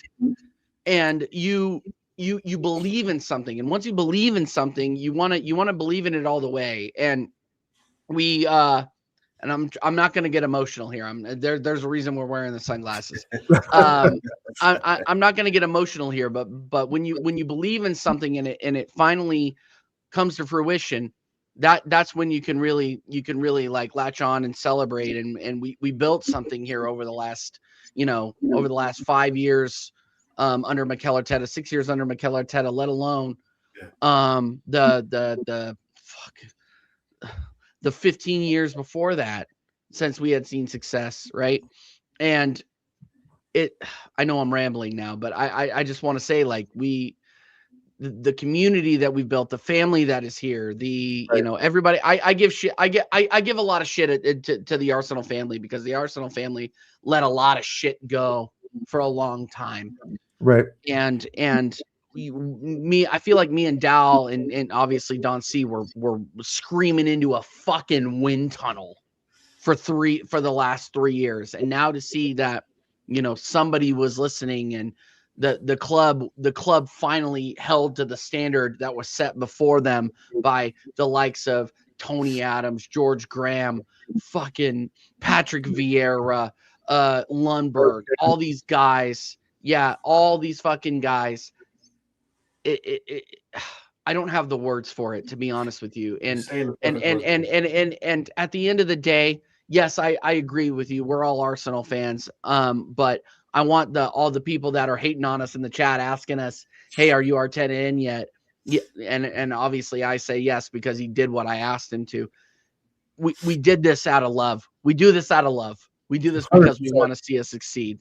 And that's it. There's no hate today. We'll save the hate for September, October, November of 2026. We don't need to talk about that today. We are all Arsenal fans fucking today. From the 61 that are here to the 7 that are now. We are all Arsenal fans, and we fucking did it, and we fucking deserve it. We did deserve it. We did deserve it, especially the run-in. Yeah, the game against Burnley wasn't the prettiest to watch. The West Ham one was nervy. The Fulham one was a complete dominance. The Newcastle one was a bit nervy. But all the games are nervy to some point, right? We're talking about a game where one goal matters, right? And that's kind of like been kind of my pitch to a lot of my American friends here who don't follow, English football, or I can say world football. When I say football, I don't mean the NFL, obviously. Who don't really follow it. They just say, like, well, like, why? They only scored one time. It's like, well, in the NFL, if they score one time, why is it 6 points? They still score once, right? Not that argument has much weight to it, but the fact of the matter is that, I've been following this club 27 years. I've seen the highs and definitely seen the lows. When I first saw Dennis Bergkamp, I think it was Euros 96, doing incredible things, World Cup 98, doing incredible things. I'm like, God, fuck, this is something different. And then seeing Henry, and then going to the Borders bookstore, TJ, by the building I lived in downtown Seattle, Borders, to get fucking 442 magazine, right, which were $10 a pop at the time. I can't imagine what they cost now, but 442, an imported magazine straight from England to all over the globe. And there was no real, like, obviously there was no YouTube. There was no talk shows. There was, looking in the newspaper at the English football. And of course, it's English soccer, right? And there's a little a snapping of the table, and that's it, right? And then finally at 1 o'clock in the morning, staying up to watch match of the day or 2-hour replays, right? In 1999 and 2000, because I couldn't watch any full matches that just weren't here in America, and then blending that in with, my fandom of Britpop, right? Of the emergence of Oasis. I remember buying their first CD when I was 20 years old. Blur. Well, we won't go that far, but hey, what's wrong? Blur, Gorillas, bro. Like that was kind of my introduction. A different, right. It's a different audience base, right? Fucking Arctic Monkeys. Sorry, I remember going to right, and I saw them perform here in Portland for their first record. Incredible show. Dude, Arctic Monkeys. Theater. Anyway, we could have a show. We could literally have a show. We could literally have a show dedicated to Britpop on the show. And the rise of Britpop and the clothes, right? That's when I first realized what a Burberry rain jacket was, and that sort of thing. Getting and the fucking badge when I'm like 20 years old. What's that? Getting the fucking badge in. Getting the badge in, finding out what Stone Island is and what Stone Island like really represents, right? Yep. It's not just the sweatshirts and the jacket. It's a part of British football culture, right? And that plays into all this. And some of the American fans are probably like, what is he talking about? It's like, you got to do the research too, pal. I'm not here to give out freebies. You know what I mean?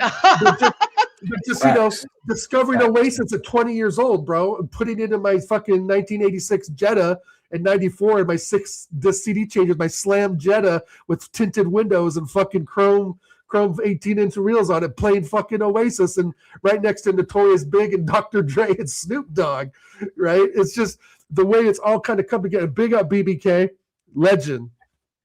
Right, so it's all part of the journey, right? And then saying, "Oh, Oasis is cool." So Man City, like, fucking, what's Manchester City? I didn't really understand that. And I remember there's nights where it's like, well, first of all, I'm an only child, I don't have any brothers and sisters, so there'll be times it's like, yeah, I got my car, I got my license, mom and dad are fucking finishing up dinner, watching TV. Where do I go? I was at Tower Records in their book section, looking at NME, right? Looking at 442 and NMEs of all the Oasis Britpop shit I could handle. Right, I had fucking Verve posters on my wall and Oasis, and I really like Blur Song 2, right?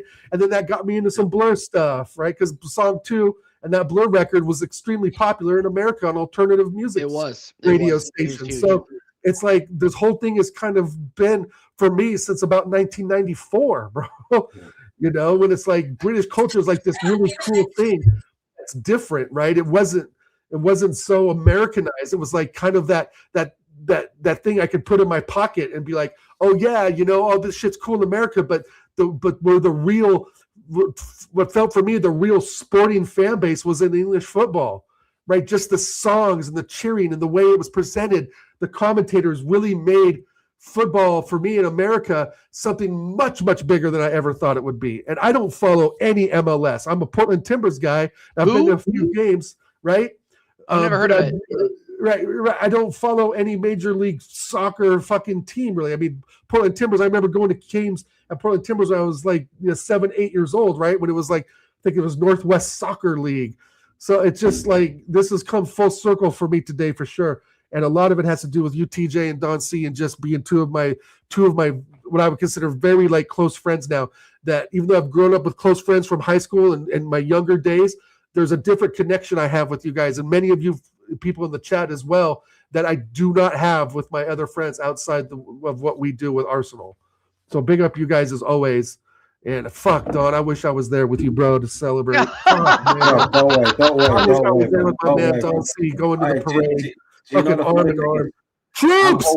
Fucking troops in the chat! Fucking troops, bro! What's up? Fucking troops! What's up, troops?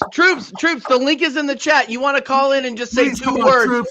Come on in, troops. Come on in. The water is fucking warm. Cheers, my guy. Cheers. We fucking did it, troops. We fucking did it. Woo! We fucking did it. Fucking did it, bro. We fucking did it. Oh my God. Oh my God. Yep. Thank You you, are Johnny. here in spirit. Thank And you. thank you, Johnny Donuts. Thank you very, very much. No, man, this like I said, I've been following this club for 27 years, bro, and 22 of that has been fucking heart-eating sadness, guys. Heart-eating fucking sadness. And big up Troops, one of the first fucking YouTubers I followed, bro, who spoke the real, told fucking that fraud Robbie what was up, and also rest in peace, Squad.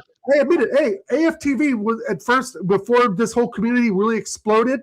Well, AFTV was my like YouTube go-to, right? I know. A lot of they were for a lot of people. Lee Gunner, right? And I knew who the frauds were from day one.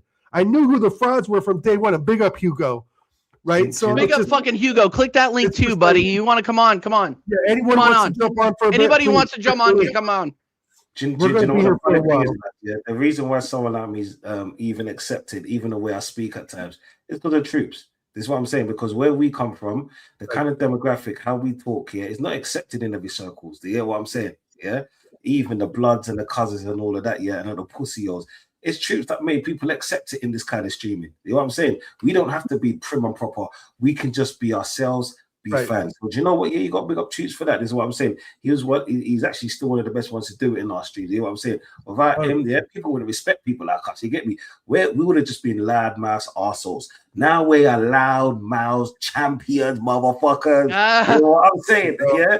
So big up each and every time, Troops. Man, I'm glad you mentioned that, Don. I've really left out that British Jamaican contingent, that British Nigerian contingent of learning Wagwan, Manda, right? The different slang and what that means and how that there's passion behind that. It's not just like you're saying, it's not just some words. There's real meaning and love behind that, right? I've really come to appreciate that, because that whole Jamaican and of course the Nigerian side of it never, it was never really exposed to me, watching this club before I like met you, gotten, followed Troops and many of our other friends, right? I'd never, there's not many Jamaicans that live in the Portland area, bro. So it's like, that's just like a culture aspect that I never really, thought it could, to be honest, really kind of existed, right? Yeah, Troops, it's all love, bro. And so I respect, all that side of it completely, because without that side, I think it would be hollow emptiness. We need our Nigerian brothers. We need our Jamaican brothers to be able to voice their opinions loud, just as anyone else, regardless of race, color, creed, bro.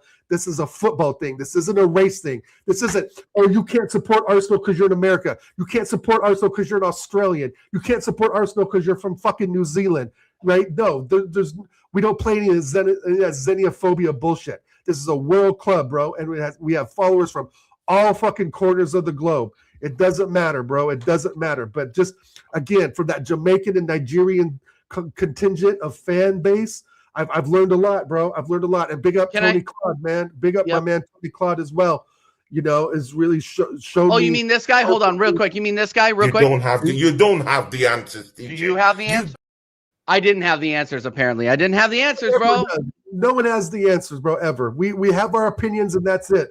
But God, Troops, it's great to see you in here, bro. I'm serious. If it wasn't for Troops, I don't think there was a part of me that'd be even remotely listening to a lot of this stuff and listening to some of those outside opinions, right? Yeah, so, just real quick. I'll give 30. Let me give 30 seconds on Troops, my guy.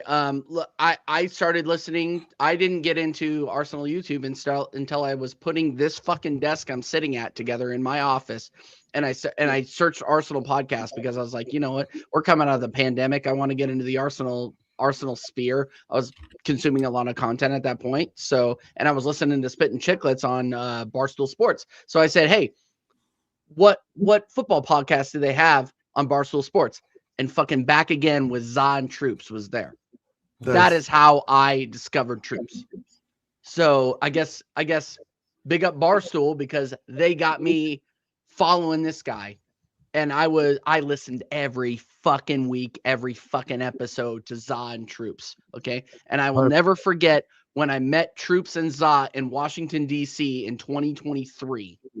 It was probably the best day of my content creating career, because I did a podcast with Kenny Ken that day, a podcast with him, and then met Zahn Troops and drank beers with them down in Washington, D.C. I don't remember what the bar was, but I talked with Zahn Troops for a minute, like because a bunch of people were coming up to Troops and saying thanks for what you do for the club. And a lot of people are doing that. And a lot of people are going to continue to do that for Troops, especially now because he continued to hold them to the standard, right? Right. All the way over here from America, he was continuing to hold them from a standard from a big media outlet here in the United States. So, you know, I excuse myself. I said I knew Flawless. Sorry. Like, I literally apologized. I said, I know Flawless. People do. Like, my bad. I know Flawless. And he was just like, he was laughing his ass off, you know. Funny you mentioned that. That's how I became to get to listen to Don C. Don C commenting on Flawless's stuff. Like, Don C's a fucking real one. Yeah. No, exactly. That's exactly. how I got into Don C from fucking Flawless's streams. And look, and everybody has a lot of different stories on how they connect to different people here. And it's one of those things where it's like, now that we're at the top of the mountain, the journey means all that much more, right? So the fact that these people are locked in and they're supporting us, they're shouting us out every single time. Guys, like, look, we're a boutique channel here. If you like fucking TJ Warren TV, you have a certain taste in your YouTube content. Fucking absorption, reach, bro, and that's fine. That's like, and that's totally fine. But the fact that people are here, and the fact that people rate us, and the fact that we get to hang out with all these people that we really enjoyed watching before, you know, we were admirers before we were peers, right? That's what I'm trying to say. Right. And the fact that we are here hanging out with like Troops and Zah, doing a couple of podcasts with Zah, Don C. Holy shit, that was cool. That's crazy. And then doing freaking, you know, I've been doing a podcast with Flawless for 3 fucking years. Mad, isn't it? And he's a giant fucking fraud criminal who deserves to be freaking buried under the jail. But I remember driving back from Nashville, listening, and me not even being on YouTube yet, really, freaking listening to him bury Hussam about the Liverpool freaking 7-0 win over Man United, but still getting over on fucking Hussam. Like, this is how far fucking back it goes for me. Right? So that's just one of those things, bro, where it's like, it's all that much more special. And I'll stop fucking oozing about it. I'll stop freaking being gushy about it now.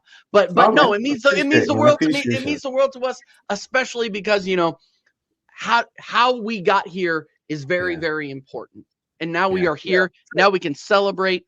I got the champs. I got the freaking truce. We're celebrating. We're going up on a Tuesday, everybody. We're going up on a Tuesday. Cheers. I was call this the tonic. Cheers, yeah. People, there's all different shades of Kool-Aids, yeah. And we drank that shit right now. We're gonna be continuously drinking that shit from here to next season. This is what I'm saying, people. Like, it's not, honestly, it's been an amazing journey for all of us, yeah. Every single one of us has been an amazing, and you know what, yeah, it's also nice to meet you. You know what I'm saying? Because I remember like meeting TJ for the first time when I used to do the calling shows and stuff like that. And to be honest, I've been following Troops for years. You know what I'm saying? Obviously, his journey from ATV to States. We met at one game one time, but that's many years ago. This is what I'm talking about, 2009. 2009. Wow. This is what I'm saying.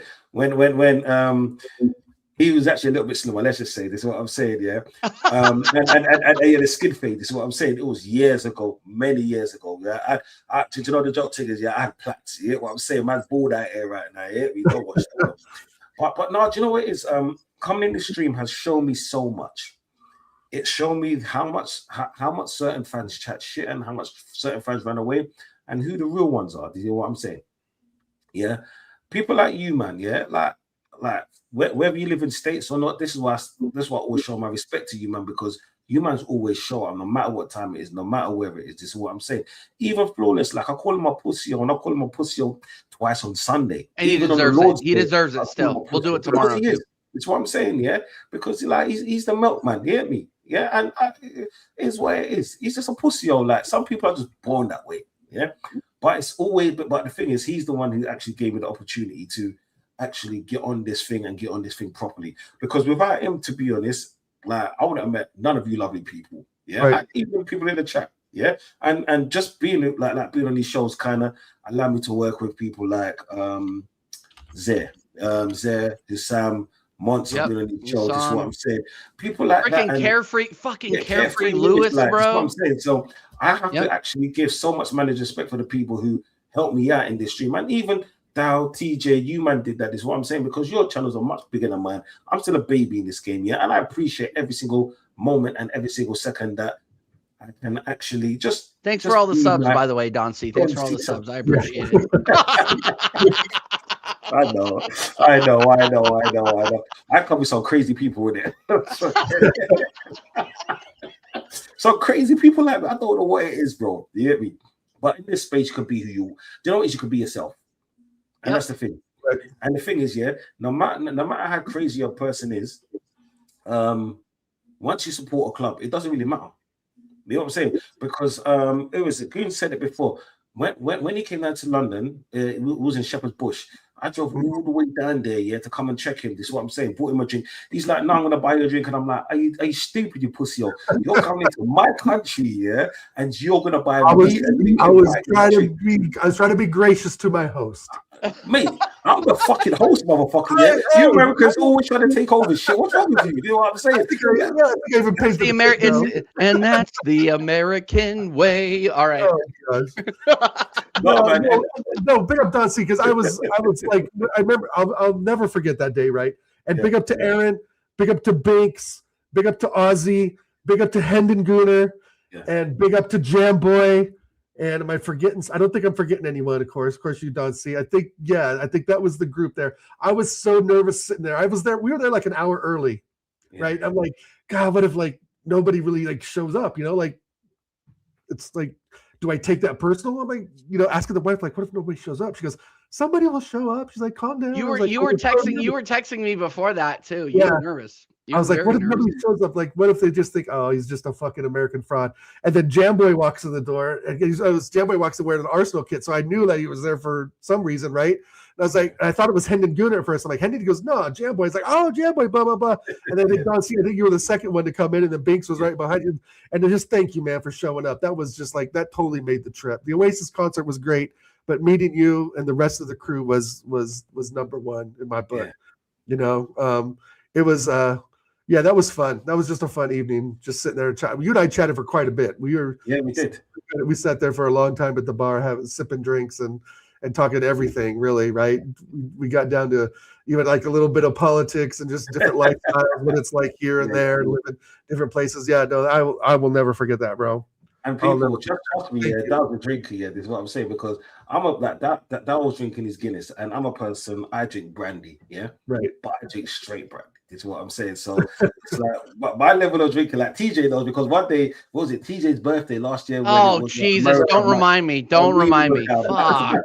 Shots. That's my kind of thing. You know what I'm saying? So this is why I can't wait for the league, and this is why I wish you man can be down there, because you know what? Yeah. Oh God. Like, no matter what happens in the Champions League, I don't care. The moment, we have the parade, people in the chat, if you see me, come find me, because I'm gonna probably have a bottle of brandy and a bottle of tequila, because it's party time. Fucking damn it! When is the parade? When is the parade? When is the parade? The 31st. And the thing is, it's 3 days. Oh God! It's 3 days before my birthday. It's the 31st. It's a Sunday, yeah. It's 3 days before my birthday. My birthday's June the 3rd. I have to be at a fucking wedding. I'm gonna be partying straight until next weekend, because you know what? It is. Like, we've got to do this, blood. It's been 22 years. Let's just have fun. Honestly, bro, I would so want to be there right there. Oh flying early. All right, like all right. We got somebody calling in. And he's been with us since the beginning. Okay. Hugo, let's go. Oh, we fucking won the league, Hugo. What do you got to say, brother? We fucking did it. This is fucking unbelievable, man. I never thought I'd be able to be alive to see the day that this would come, It's fucking great. We fucking did it. Bro, I mean, give us your thoughts, give us your feelings, man. Just bro, I've been on here getting emotional for about 2 hours now. So tell us how you feel, man. And, thanks for coming. Thanks for calling in. Oh yeah, no problem. Thanks for having me, guys. Thanks for seeing you guys again. Big up, Don. Nice meeting you, man. And yeah, man, what can I say? I literally just got off of work. The whole time on Twitter, scrolling while at work, going through all the Arsenal content, You know, Yeah. oh man, it's great. It's great to be a gunner. Yeah, Beautiful, absolutely, beautiful bro. day. It's a beautiful day, bro. It's a Well, beautiful. Yeah, yeah. so let me ask you a question, Hugo. What was your standout game of the season in the Prem? I'll probably have to go with that Everton. Everton, Max Dowman came in, changed it. Oh, Yep. my God. Yep.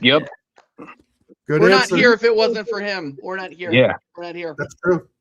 Yep. Max Dowman won Premier League. Bruno Fernandes 0. Hey, who is your player of the season? Rice. Rice. Why? Declan Rice, Raya, Gabriel. If you had to pick one, what would be your number one out of those three? I want to give it to Raya. I think he's underrated. What he's done is underrated. And Rice and Gabriel were excellent. They're pretty much flawless, but I think I'm gonna give it to Raya. Fair. 19 clean sheets, half the season basically with no goals conceded. That's Yep. fucking incredible. Yep. That's incredible. And I don't think we would have gotten there with Ramsdale. I just don't see it. There's no fucking no. way, and I haven't talked about that yet. There's no fucking Yeah. way that happens. Good choice, Hugo. So what was your standout game in the in all the other cups combined? FA, Carabao, and Champions. Let's see. Well, champions. I'm gonna have to go with that Bayern Leverkusen. Yep. As a Leverkusen. goal. Yeah. Bayern, bro, Yeah. bro, Bayern Munich. That Bayern Munich game. As soon as I saw the way we moved against Bayern Munich, Oh, I'm yeah. like, this team has it. That was Yep. the We one. got it. Like we have a ton of potential. That Bayern Munich. As soon as you asked, sorry, I don't mean to like take over for Hugo, but as soon as you asked, I was just like, man, I've never been more proud of this club for how we reacted against that Carl goal. I've never been so Right. proud Yeah. of how we reacted. Yeah. So Just put I think Fucking I like the sword out. two matches against Munich and then Bayer Leverkusen. I think those were the two ones where I knew we were serious. Yep, True. Okay. absolutely true. Absolutely If, true. if you could replay one match, which one would it be? And don't say that. Oh, one. Spurs 4-1 every day. as a hat trick. Go watch that on replay every day. Oh my You can god. see them crying at the lane. Every team scores a game. Yeah. I love it. I love And it. it's crazy because I think we all were thinking of, man, what if we get to Crystal Palace? We see Eze lifting that trophy at Selhurst Park. It's Yeah, great. yeah. That's going to be on the guard of honor, him lifting the trophy on his own ground. And remember, he was one step away from going to the rivals, bro. And Yep. he said, he pulled the Drake, right? The hotline bleed. No, he literally, yeah. yeah, right, Yeah. yeah. So just that Instead we of- got one on Spurs on that signing too alone is worth celebrating. Yeah, he could be fighting relegation right now. But he knew, Mate, it's he true. knew he had the vision, fellas. He had the vision that Spurs would be in a relegation battle, which they still are. Thank you, Chelsea, for today. First time I'm going to big up Chelsea. But thank you. Congratulations, Chelsea, for actually being worth something. Doing Congratulations. your job. Manager less Chelsea. Thank you. Yes, manager less Unbelievable. Chelsea. Yeah. Speaking real quick, I don't want to divert too much, but even like you, Hugo, chime in, and of course as well. Is Xabi Alonso going to have that much of an impact? I mean, what are we talking about here? Yay, Xabi Alonso. There's a lot to be said about the infrastructure Oh, at Chelsea. I think. I think that the reason Xabi Alonso failed is because he at Real Madrid is because a lot the foundation, yeah, they have a shitload of money and they have a shitload of talent, but the talent was completely unbalanced, and that's the biggest problem. The reason that they're bringing in Jose Mourinho is because they need to restore balance. They need to restore a backbone to Real Madrid, and he is the kind of manager that can do it. Xabi Alonso is not the kind of guy that can do that. So if you're bringing Xabi Alonso into a chaos type situation, he might struggle. And I think he will struggle off the bat. Like, Right. I don't think Chelsea, and there's a lot of people, there's a lot of Chelsea fans right now, and Chelsea fans, you can keep on talking shit. That's totally fine. You are more than welcome to do that. but you are introducing a manager that couldn't manage a chaos situation into a chaos situation. True. Based on the fact that he won an invincible. He went invincible in the Bundesliga, who I don't rate. So I think Chelsea finished 5th next season, to be honest with you. 5th. I heard that. 5th. Because they got to go for a massive rebuild. But I heard that. But Hugo, it's your turn. Apologies. Yeah. Sorry, Hugo. Sorry, I went off. No, on a you're tangent. fine. You guys are good. Yeah, I mean, I think it's kind of like a similar situation to when we first got Arteta. It's going to be up to the board. Let's see what the Chelsea board do. They need a lot of players, not just good young ones. They need a lot of experience in there. So, I mean, yeah, it looks like it's going to be a struggle for Alonso the first maybe couple seasons. Yeah. I agree. No. Yeah, I heard that. But you know what? Yeah, to be honest, I don't give a shit. I hope that he struggles. I hope that he suffers. I hope that he fucks up. I hope that he fails. Same thing goes with Slot. Same thing goes with Carrick. Same thing goes with whoever's taking over City, Maresca probably. I hope that they all suffer in pain, and I hope they burn in a fucking hellfire, because I need Arsenal to win this league. I want Arsenal to do something that Arsenal has never done, and also retain that title in modern day football. You know what I'm saying? All right, can I ask? I want to ask the panel a question. Do you believe, with the combination of Berta and Arteta, that we can do this again? I There you do. go. Yeah. I do. Go ahead. Yeah, Hugo, give us a reason why, bro. I mean, mostly it's on just because I trust Berta. But I think now that we gotten over the line, I think Mikel Arteta is gonna step up. I think he could go up to another level. I don't want to jinx anything, but man, I really hope we go through a maybe 5-year period of domination. I think before I hand it over to Nancy and Dal, I think the potential is there. I think that now, like, all I've been crying out for, and I've done this for 3 years on this YouTube space, is win me a trophy, and the rest will fall through. The rest will come after that, because momentum is everything. A winning mentality is everything, and you can't have a winning mentality until you win something.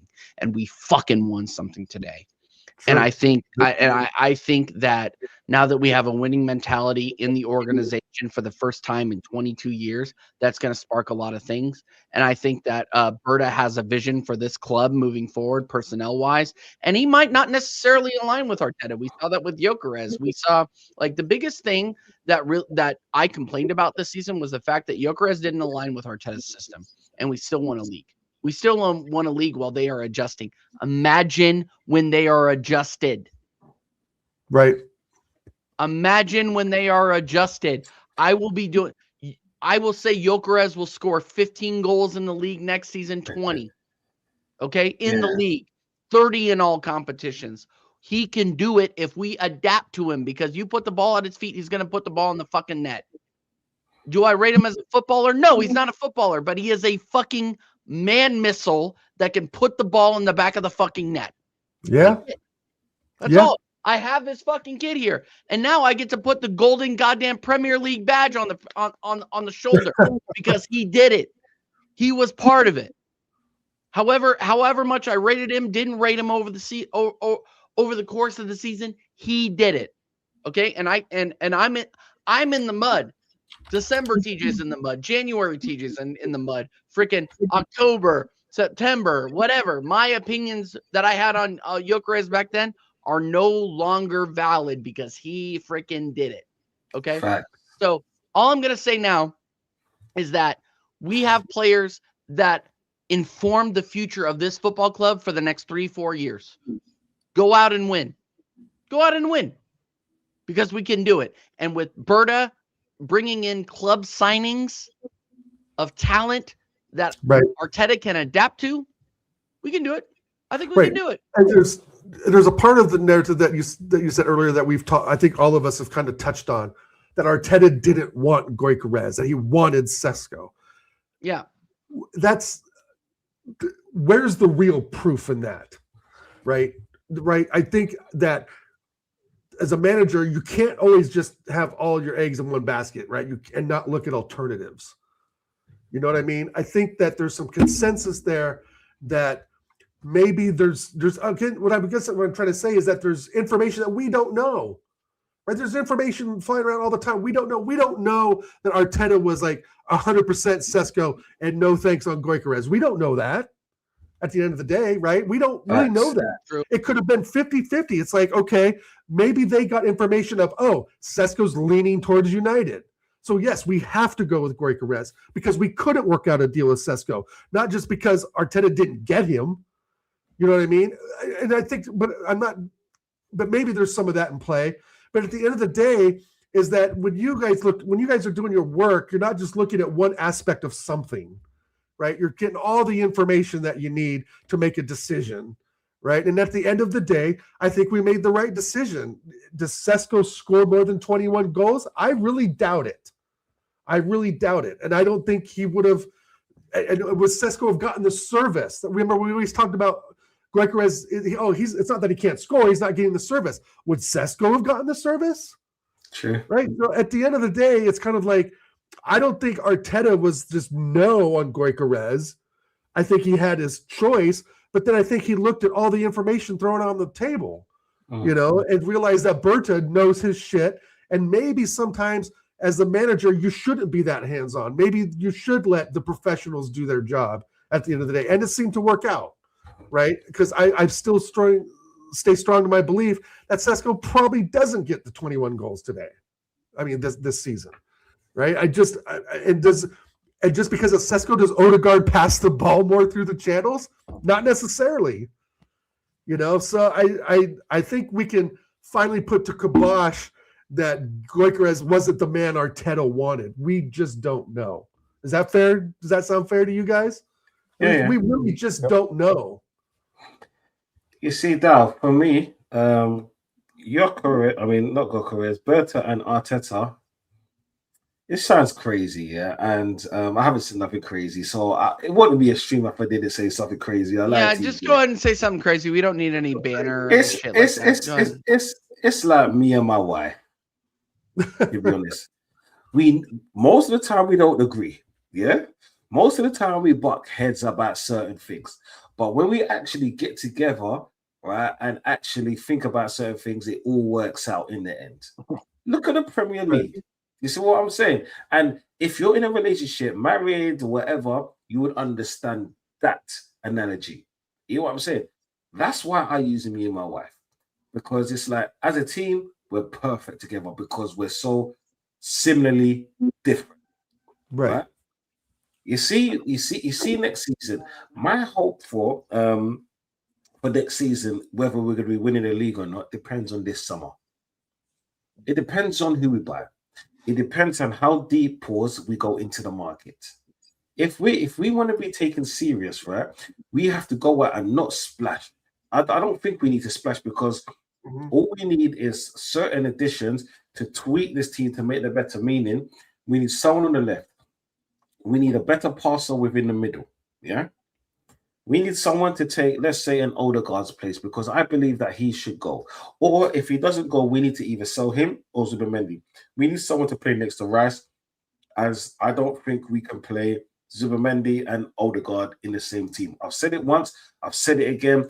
That's the reason why we looked a little bit better with Odegaard and Eze, because Odegaard can do that, can dictate the tempo within the midfield, just the midfield only. And then once it gets into the final third, that's Eze's thing. We need someone else that could also do that. This is what I'm saying, because Odegaard hasn't got the fight. The last night, I saw him fight, but that's not good enough if you're talking about a 38-plus game. We ain't Man United. We ain't only going to play just 40 games a season. This is what I'm saying. It all depends on what happens in the summer. Yeah, I believe, and I will always believe that because we've won this league now, yeah, there's no reason stopping us from winning next year. And next year, Hugo, I'm with you. We should be making a dynasty of challenging and winning within the next 5 years. Is what I'm saying. And when I say 5 years, we have to have won, let's say, 2. You know what I'm saying? Maximum 2. The reason why I say maximum 2, because I understand that other teams will get better, will get certain injuries and certain things and blah, blah, blah, blah, blah. But if we win 2 in 5, yeah, that's better than 1 in 22. Is what I'm saying. I'm doing the maths. Yeah. For me, it's all about what he does in the summer. And to be honest, right, I believe he can do it because like one thing that we haven't had in the last few years, well, actually 2 things we didn't have in the last few years. We didn't have a Berta, we had an Edu. And we didn't have a winning spirit. Yeah, we didn't have a trophy behind this group of players. That's the only thing that was missing with these group of young stars. We didn't have a trophy. And to be honest, that's actually bigger than having a Berta in our squad, because we can have a Berta in our squad, but without this group knowing how to win, yeah, knowing how to get over the line, it's pointless. And I'm glad we did that today, because now we have 2 of the 2 things that's been holding us back. Yeah. So next season, do you know what? Yeah, this might be a bit premature. Bring it on. This is what I'm saying. We're the champions. What are you telling us? This is what I'm saying. Bring on your best. Just remember, Pep ain't here. Klopp ain't here. Slot has failed. Carrick's a new manager. Maresca is unknown at City, yeah? So if we're talking about this whole PSG Arsenal thing, when it's on paper, PSG should be Arsenal. On paper, we've got the most experienced team. We've got the most seasoned team. And most importantly, we've got a winning team. So why shouldn't we win it? Yeah? Let me ask you guys this. Is Mascara sounds like he's pretty much going to be the City boss. Yeah. What do you guys expect from City next season, Hugo? What do you think he can do? I believe they'll be fighting for top 4. I think they'll struggle. Getting used to a new manager, new tactics, everything pretty much brand new. I know Maresca's been there as an assistant before, but yeah, I believe they're going to struggle. Yeah, me too. Me too. Do you think? You think we may see an exit of Holland? I'm not sure what his contract says, but what if he starts to fail under Maresca? Yeah. That's what I think he'll stay there for another year, and then depending on how that year goes, he'll probably be looking for Real Madrid, Barca. Right. Yeah. Barca. Yeah, Barca. Good. What do you think? Lewandowski's leaving.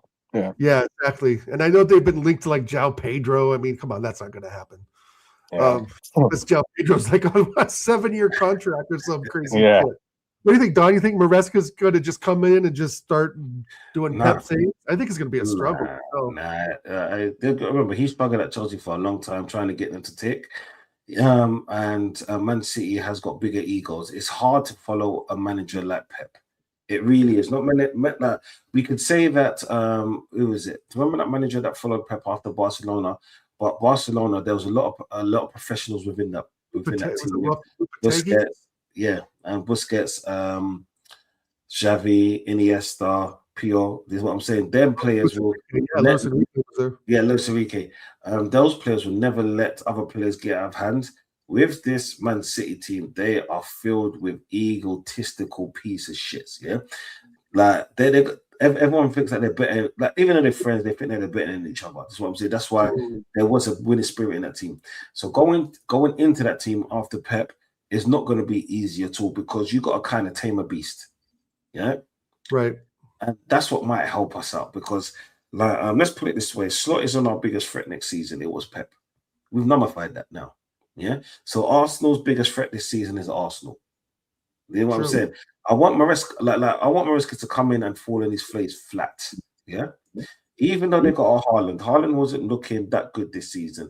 How can he get a tune out of Rodri? They're losing Bernardo Silva. For me, Bernardo Silva has been a more, I wouldn't say better player, a more useful player than De Bruyne, because De Bruyne is a one-trick pony, can only play one position. Bernardo Silva can play in numerous positions, and he's leaving this summer, right? So they're losing that as well. Yeah, they haven't got a sturdy back four. That's the reason why you can see what happened in the Brentford game today. Their front three are so inconsistent. It's embarrassing at times. Yeah, Palmer is lost on the same island that Cole Palmer is on. That's what I'm saying. He's just on the other side of it. Yeah. So let's just put it this way: Cherky is good, but people remember him for scoring a goal once in a while, and also he's trolling. Apart from that, he's also inconsistent as well. So I can't, like, if this version of Pep, just remember, Pep is the best manager of modern day football. If this is the best that he can get out of him, I'm not expecting much more from Maresca. Yeah, and to be honest, am I happy with that? Of course I am, because that means that we have an easier run towards the league. This is what I'm saying. I'm not going to say it's easy, because I do rate Maresca and I do rate what he's done with Chelsea, but I think that it's a bit too soon to take a job like this just because of the players that are at City. It's like the whole, for me, it's like the whole Ferguson thing. David Moyes was a good manager, was a decent manager, but him trying to take over a legend like that literally put him back 5 places. It could happen to Maresca, yeah, even with a player like Haaland. But just remember, Haaland isn't the same player as 3 seasons ago. You get me? He's not scoring those kind of goals. We see him getting bullied left, right, and center nowadays. We see him losing the ball. If anything, he's dropped down into a 10 and trying to playmate for other players around him. So it's a hard one to tell, but I just don't think that Maresca is going to be doing a slot job, let's just say, in his first season. I think if he's ever going to win the Premier League, it's probably going to be in his 3rd, and he has to get rid of a lot of Pep's players just because they're going to come with that much arrogance. You get what I'm saying? But we shall see. We shall see. Either way, who cares? Because we're champions. Right. Spooby, you can keep putting all your comments in. I appreciate you being here in the chat and building up the algorithm. But yeah, I wanted Arteta out. So did 3/4 of the fucking fan base. Spooby, you fucking fraud. Of course, have another Oh, drink. and big up Stell. Hey, Stell. I'm not apologizing for anything. Nobody is going to apologize for anything. You need to worry about being in the Premiership next season. You need to stop. And I know you're like, oh my God, I want us to get relegated so I can prove a point. Go fuck yourself. Michael Carrick, wow, what an inspirational signing. And enjoy yourself because look, you're depending on West Ham to bottle it. Oof. That's what you're depending on. Shit. You're depending on the manager that you canned to do you a favor and bottle it. So I'm going to say, great, Spooby. You want a fucking reward for that? You want a little participation medal? Spooby, you're a Man United fan. Your cares. backing of any manager means nothing.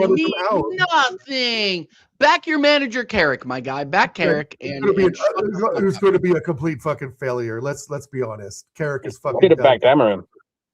Yeah, you should have backed Amarim. Hey, what the hell? Should have backed Ten Hag. Like, what the fuck? 7 Hog in the building. Spooby, you have no reason to comment, bro. I mean, no, you can't. All right, comment. big up Footsteps in the chat for the super chat. He says, what do we think of Tottenham? What do we say? Shit. Yeah. What do we think of shits? Tottenham. All right. Thank you very much. Thank you. You're welcome. We hate Tottenham. Spooby, That's give all us that matters. Chat.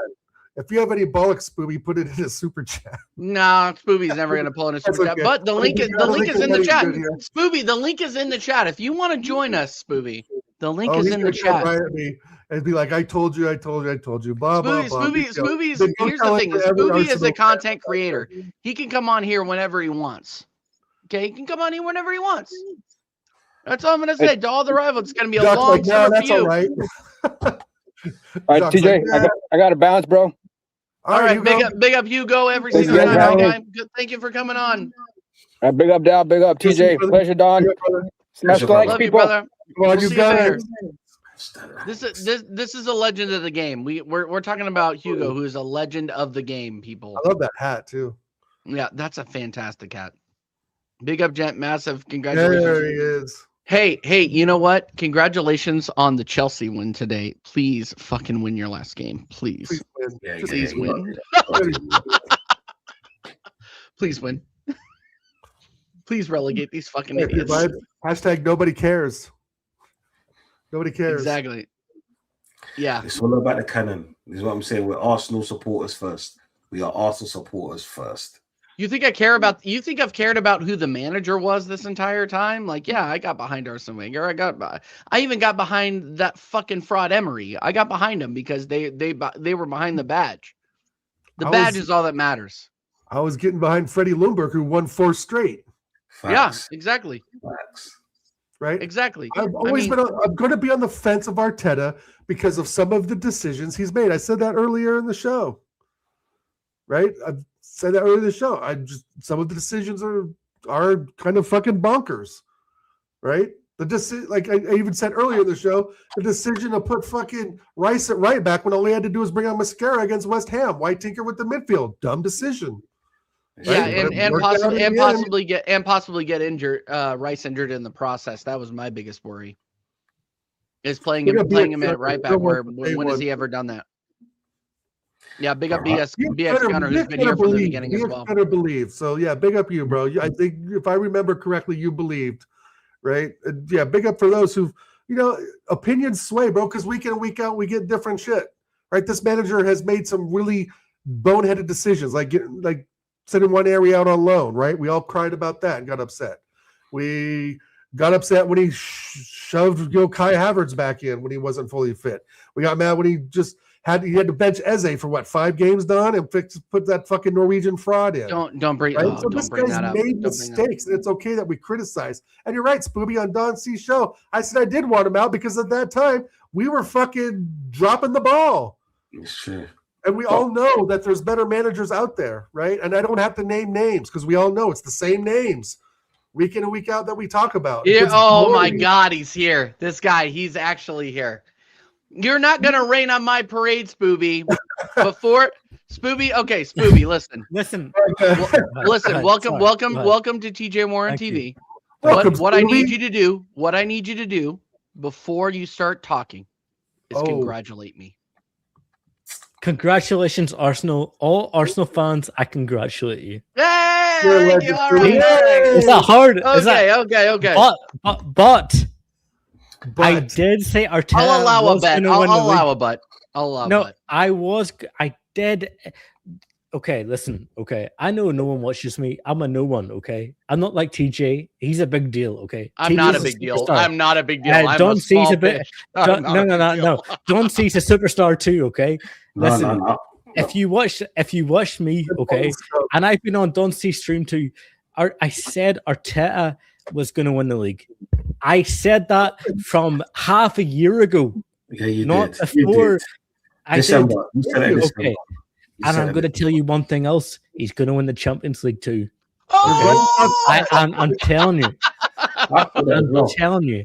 He is going to win the Champions League. It's going to be Arteta shitball, and he's going to smash and grab. He's going to smash and grab that Champions League, and I guarantee it. And PSG, when they see that, those set pieces that are coming in, they can't deal with it. They can't deal with that. They can't. 100%. Did you watch PSG deal with Bayern Munich's set pieces? They were terrible. They were terrible. So They Spoonie, can't- let me ask you, what is it about Arteta that you I know you don't really rate him, right? Obviously, because you're a United fan. But what aspects of Arteta do you rate? Is it the shitty slog football? Is it his man management? Is it his just kind of like his so-called aura? Like what is it? You that can't ask me that when he's just won a Premier League. Okay. I would have had to do it last week. No, Like, what you do can't. you- what do you You rate can't about ask me that when he's just won the Premier League. Okay, Dude, that said and that you- Don C said it too. Don C said it too. Okay, he's not going to answer questions about Arteta. He's just won the league. Okay. Oh. Yes, he's done something bad. He's done something good. You can criticize him all day. Bro, you But he just just said won you you the Prem. you just said you And- you were and how doing many it a years- and a half ago? So How many let's go years back has in it time. been? How many years has it been since you won a Premier League? 22. 22. Okay. So after that guy has won you that league, you can't ask me like, oh, what's he good at? What's he bad at? Okay. You just you should listen. Like what reasons did you have a year and a half ago to say that he was going to win us a league? That's all I'm Because asking.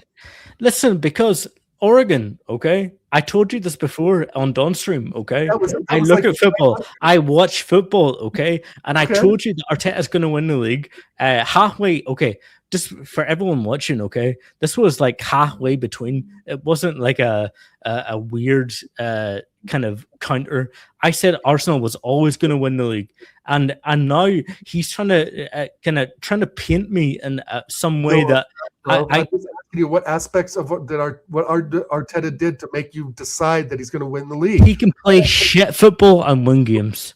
Okay, that's all you had to say, bro. Yeah, he can play That's all- shit that's all I'm football and asking. win games. I wasn't trying to get a gotcha moment or a clip. I was just And saying. it reminds me of United when I watched them. When I watched United, Right. when I watched United 20 years ago, we played shit football and we won games, and it reminded me of that. It reminded me of that. That's a perfect response. All that I matters. wasn't. That's all that Bro, I matters. really wasn't trying to do a getcha moment, Scoopy. When you say you've been Yeah, saying or- things for a year and a half, I was really Okay. like, okay, well, what made you come to those decisions? And you just gave it. You said shit football, he still wins, and whatever you just You said. go. I'm sorry because I was typing. That's Yeah. all. Hey, Don C, I'm not- Don C, I'm shout not- yourself out, bro. I know you got to get. I know you got to get up in a few hours. A few of us have a few hours to sleep it off, but you do not. Hey, take that hat. Hey, Don, take that hat off, Don. Okay, Hey. cool.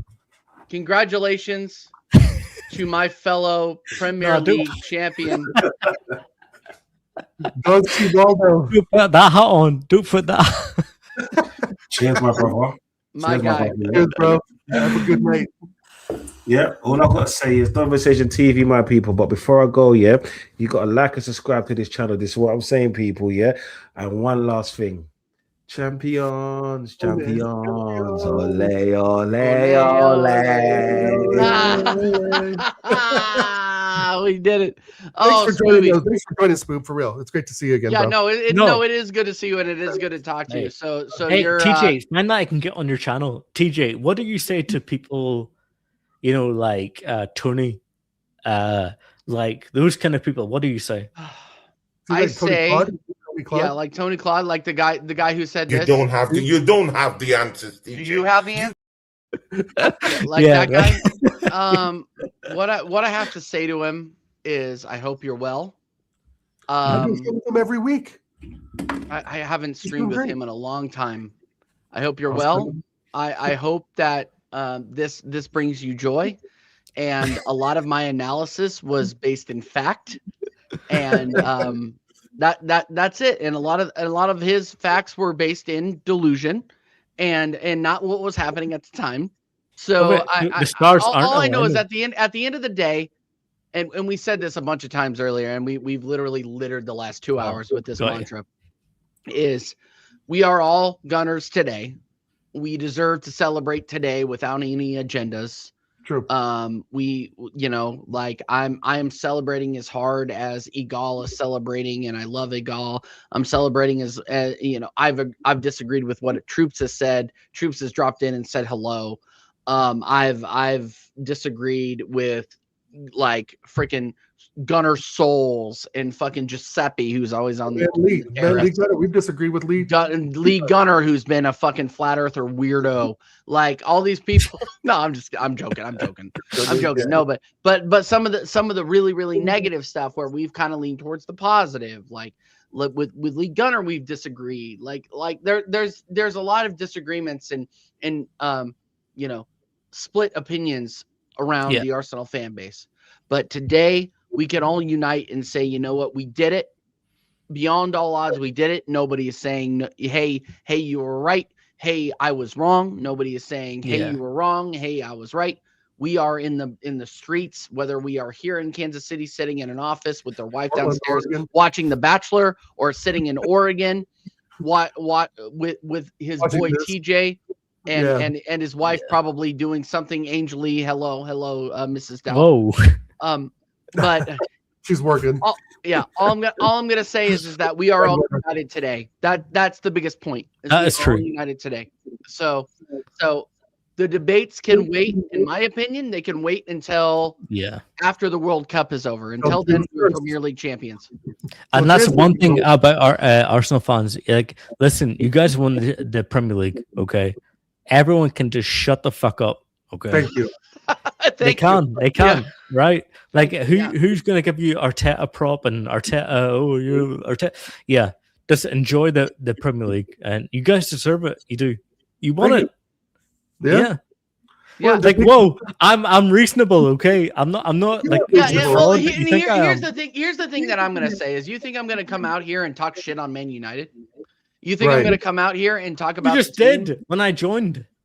Well, that was for entertainment purposes. Let's just move on. Oh yeah, I No, understand. no, but Yeah, no. it's all Do you good think? family. Do you think I'm going to come out here and shit on the team that's been on top of the tables or on top of the form table since January, Yes. since Michael Carrick came in? Like, I'm not going to do that.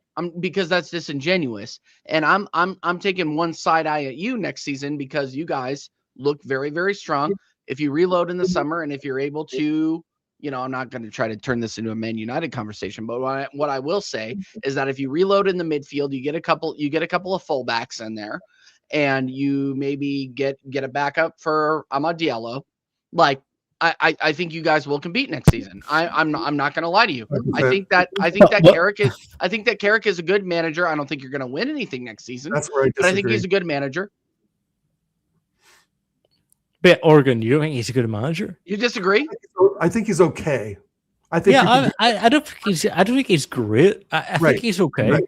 But the point that we're trying to make is like, oh wait, sorry, this isn't a United stream. This is an Arsenal stream. No, Not a no, United this stream, is- but no, I made the comments. I'm You curious. you because- can reply.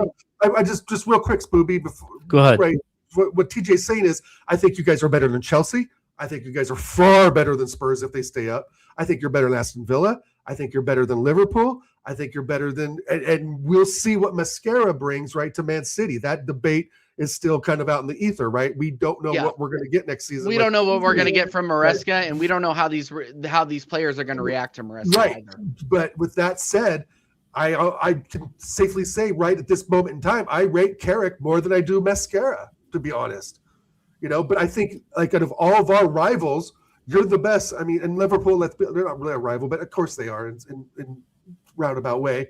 But you guys, like I said, are better than Chelsea. I think at this moment in time, you're better than Liverpool. At this moment in time, you're better than Villa. You're better than Newcastle. You're better than Leeds, which is another rival of yours, right? So, I mean, I think Look at Warren Could be- sipping his could be- champagne. Oh, I'm sorry, what?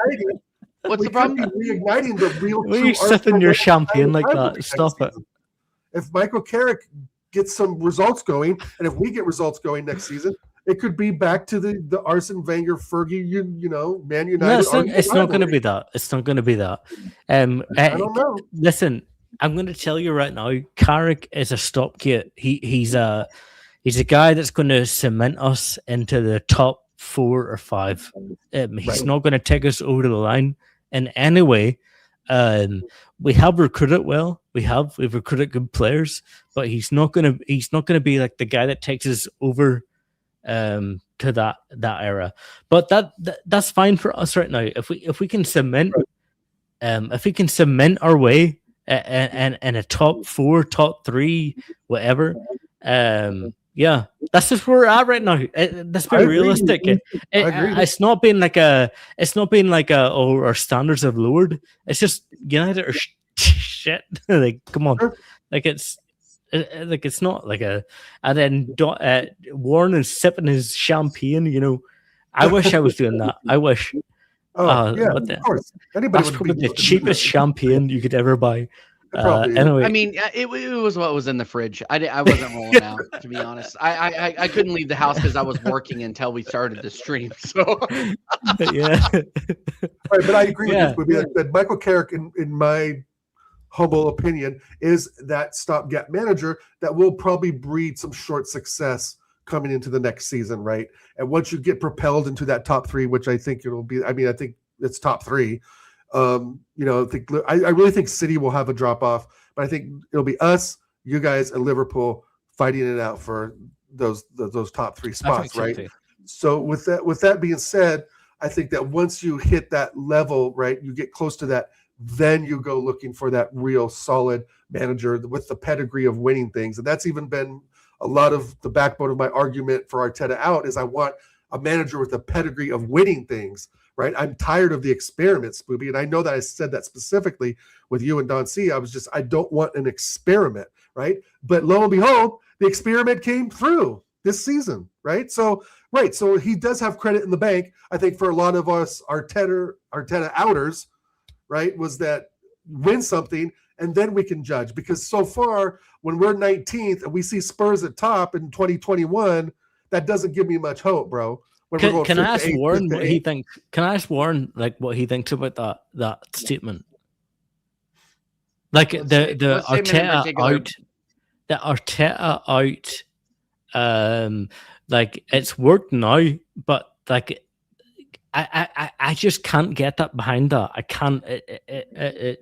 My mind. So ask it. I'm gonna ask you to ask a question. So are you what are you asking me, like, if the Arteta out argument is less like fluent right now? Less prominent after he won the league. Yeah, of course it is. Of course it is. Okay. Because a lot of people like me were saying you need to win something, and this has been something that we've been saying for the past 2 or 3 years, where we say you need to win something now because you have the talent in your club to win it now, and you have shown the potential that you can win it now, right? Yeah. So now that you have won it now, and look, the shine has dulled a tad, because it took him so long to do it. Yeah. I thought he could do it in 23-24. Okay. 5 years. In 23-24, after he bottled 22-23. 23-24 was when I was like, you fucking win it now, after bottling being up for 93% of the season. Let me jump in real quick. Go up and do it. Go ahead. That's when we scored 31 goals and conceded 4 in the month of January. Yeah, exactly. So this is where like the shine kind of dulled on it. But now, after I've been asking, this is like my manager being like, "Hey, will you put the fries in the bag?" And I know you have all the tools to put the fries in the bag, like for the next 3 customers. He fucked up the first 3 customers and finally delivered on the 4th. And now I'm like, you know what? This fucking guy might have potential. Okay, that's how I rate it, as a person that has managed people for 20 years, as a person that has managed like as a business manager and as a football fan and as a sports fan in general. Like, you have finally done what we're asking you for. Now go out and do it again. Now that you have accomplished what we've been asking you to accomplish for a while, like, I'm not going to say I'm Arteta out. Like, people have been being like, "Oh, hey, TJ, are you Arteta out this morning at 9 a.m.?" And I said, yeah. And then when they asked me at 4 p.m., when Arsenal had won the league, "Are you Arteta out?" No. And I said, no, because you did what I asked you to do. Right. Period. Does the Champions League? It's literally not more complicated than that. And if people make it more complicated than that, then they have a fucking agenda. And and that's fine. That's fine. I'm good with dealing with that. I've been on YouTube for 3 years. I don't give a fuck. Anyway, okay, Warren, but people, you have to answer the people though. So yes, when Arteta won the league, today, when are you Arteta out again? Like, if he doesn't win this, doesn't win that, like, what? Is there a certain amount of games you need to see him win, or? I need to see trophies next season. I need to see us compete in the league. I need to see us take competitions more seriously. And I mean, me coming out and being like, "Hey, do I expect him to win the league next season?" Yes, I do. I do. I absolutely do, because you're not going to lose a lot of prominent players in this team. Declan Rice will stick around. Saliba will stick around. Gabriel will stick around. Raya isn't going anywhere. Saka definitely isn't going anywhere. Like, Gyökeres is not going anywhere. The spine of the team is in place, so you're not losing anything. But the biggest challenge to him is the fact that he's going to need to adapt to a new league with new head coaches and new managers all over the season, and you have 2 transfer windows to deal with people around you getting stronger. How are you going to deal with those transfer windows? Are you going to get stronger? Yes, you should.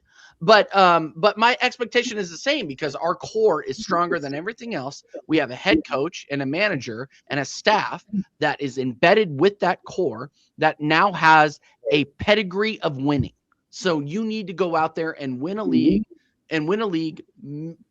I think, like, yes, I expect you to win a league, but you need to go out there and win some trophies. You need to go out there and win a Carabao Cup. You need to go out there and win an FA Cup, possibly a Champions League. Like, if you go out there and win a Champions League, he wins a Champions League for me, he gets the next 5 years, period. In the That's story. I was going to ask you a hypothetical. If Yeah. he wins the Champions League, If he wins Champions League, he gets the next 5 years for me.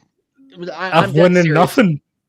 No, not winning nothing, but you sign a contract, and I'm not going to blink an eye. Yeah, He's signed the extension- And he's I'm signed the extension not for- shameless like that. And I'll go back and be like, oh yeah, no, I apologize for what I said. One thing I've been very, very consistent about over the last 3 years here is that I would apologize to Arteta if he delivered what I wanted. I'm like Batista in freaking like 2018 or 2019. Give me what I want. Yeah, You know what I mean? You know what I'm talking about. Smooth. Yeah, Give me yeah, what I want. yeah. Give me what I want, Hunter, which was all it was a WrestleMania fucking match that he ended up losing. But anyway, all I'm saying is give me what I want, and I am going to give you all the praise. And he gave me what I wanted today, which was the Premier League title. And if you give me a fucking Champions League, bro, I will go on the press conference tour where I have this mic, that mic, that mic, that mic, and say, you know what, you were right. I apologize. You're right, and I apologize. That's It'll it. be broadcast all across the globe, Booby. Oh my And God. yeah, NBC, CBS, fucking CNN. You'll see all of the microphones in front of me, and I will say that I TJ Warren apologize. TV. goes Exactly. international. TJ Warren TV goes international. And look, all I'm gonna, and I've said this from the beginning, I'm not shameless. I'm not a wrong and strong kind of guy. I will say you got it over the line. I didn't agree with the way you got it over the line, but you got it over the line. Period. In a story. That's totally fine. Cool. Like I'm not wrong and strong like that. And that's the beginning and the end of it. But guys like me and guys like Dal will come on here every Friday and continue to hold the club to a standard. And that's it. That's the beginning and the end of it. And just to fill in the gaps a bit, Spooby, I didn't want him from day one. I didn't understand how. I know that Ancelotti- we argued about it a lot. We did, and my reasons are the same then as they are now.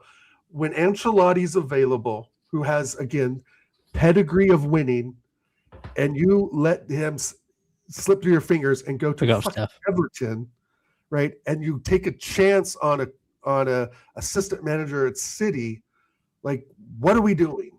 Right. And that's the number one reason why I didn't want him. It wasn't that I disliked him or didn't think that, I didn't think that he could do it. Right. But when a manager like Ancelotti, when you go from Wenger to Ancelotti, makes sense. Ancelotti to Arteta? What? Mikel Arteta? But what is Oregon, now we're talking Oregon. How do you actually feel winning the Prem? Do you feel a This was certain way, or I've been following this club for 27 years, so I feel like this is finally vindicated in what I've wanted for the last 22 years. And like TJ said, the manager kind of is second fiddle to me in a bit because, to be honest, Spooby, it's been the spine of this squad. It's been the Raya all the way up to Goikarez. you right? think your squad won it? I do. Yeah, I do because I Okay. think with some of the Arteta handbrakes that they've had, of the one dude, we were up 2-1 against Sunderland. what- Why did we on the handbrake? Why did we- Oregon. I have a question for you, what players? Spoobie. I have a question Go for ahead. Spoobie, actually, if you Yeah. don't mind me interrupting. Go ahead. Spoobie, do we win this league title without Eberici Eze? Yes. No fucking way. I don't. Yes, you I do. don't- We got Declan Rice. Eze, what we're talking about Eze now. Come mean, on, Eze. he's not been that He good. had He's not been that good. He's not been Not that been good. that Come good. on. Oh my god! Just tell me A you hat-trick haven't watched against Arsenal Spurs isn't that without good? telling me you haven't watched Arsenal. He's not. He I've wasn't been good. watching- He wasn't good. He I've wasn't been good against watching- Spurs. He wasn't I've good been against watching freaking every Everton. Arsenal He wasn't game. good. Come on. Wait, he's not been that good. Wait, give me good games that he's been good in. Spurs, Villa, Palace, Spurs, Villa, and Palace. Hold on. No. Hold on. Mansfield I need to get- Town, Bayern Munich. Mansfield down you. Hey, Let me we had to Mansfield bring on down. the win again. Well, but Give me Arteta the gets the grand lineup games he's right. been good in. Did Come Arteta on. get the lineup right? Listen, All right. come on. Hold on. Let me lost just pull that up the game. fixture It wasn't list so I can Thursday. tell you. And, There and you can was- stop there being was a a- fraud. There was a very good start at Eze's time, he was not good for like 5 or 10 games. He wasn't. Oh, that's because a lot of the time he was He holding was bench for not those 5 games. or good teams. And you can say like, oh, he wasn't starting his position. He wasn't starting a position. Hey man, sorry, like that's a Premier League player. Come on, Oh, you, All could, right, you you should want, play you, in. want, you want to ask me the games that he was good Go ahead. in? How many goals did he have all season in the Prem? 12. Give I me the think. first 10 to 15 games he played in. He was not good in. Not And good that's in why or good in? that- Oh, not that's- good. I'd Not have to really look at that, Spooby. I gotta have like the fucking. and that's why that's whole why the season. kind of you had the narrative of Eze wasn't playing well, Eze wasn't doing this, Eze wasn't doing that. He did start playing well, he did, fair to him, but there was a good Maybe. chunk of games where he did not play well. After his Spurs hat trick, Arteta benched him for 5 straight games. Okay, no I don't care apparent about reason. scoring a hat trick against Spurs. Come on, score an You would important love to. game. You would love Mbeumo to score a hat trick at Spurs. You would love for No, I Seth wouldn't. Rowe, It's who's a Spurs. fraud, by the way, to score a hat trick It's against not, I don't want. Spurs. I don't care who scores a hat trick against Spurs. I'm talking about real game. I'm talking about important games. And Love how don't we're having to Oregon, freaking Oregon, defend this Oregon. guy after we don't won a say that. goddamn Premier League title. It's crazy. Or no, okay, that's true. I don't want to sit and crash on Arsenal players. Like, That's you because won the. that's You what you're would've doing. won- So, you so, would've- no, I'm so, not. so I'm you want me not. to name You good brought- games that he had? You want me to name good games I that he didn't had? bring up Eze. Nottingham You Forest, brought- Nottingham Forest in September. Nottingham Forest in September. you brought up Man Eze. I City, didn't he bring got up an Eze. assist. Man City assist. Man City assist. That's a Crystal goal, Palace fucking joke. goal. Tottenham hat trick. Manchester. Oh God. TJ, come on. Look, You let can me look. admit that. You can admit Eze didn't Stop, play stop. well for his first 10 games. Come on. Either did Goikarez. He didn't have a Dude. good play. He didn't play well. No, he played. 21 goals. There were games. Okay, so what I will concede is that against Chelsea, Brentford, Aston Villa, and Wolves, he did not play well. Yes, say that. there was a Like, time he didn't play well. I'm But- not trying to. but- You but- bring up but- Eze. but- I didn't but- even What I'm bring not up going to Eze. concede is that he didn't play well against Leeds. He didn't play. He played well against Leeds. He played well against Sunderland. He played well against Brentford. He played well against Tottenham. He played well against Chelsea. He Other than played, his Leeds. played well against fucking Bournemouth. Played well against Everton, and obviously he played well against Newcastle. I didn't bring up Eze. You bring up Eze. I brought up didn't- Eze, and then you challenged me on bringing up Eze. Yeah, my but point. why would you my bring? point. My point is Go that ahead. every player mattered, and I think that he. But why would you start with Eze? Because You he's wanna our know why 10. You want to know? I'm taking the sunglasses off for this because this is actually a very serious conversation that No, people go ahead. people are dismissing. Is that let me ask you, Spooey, and I want Go you to be honest. Don't be a fucking fraud. No, Okay. yeah, no. I'll be honest.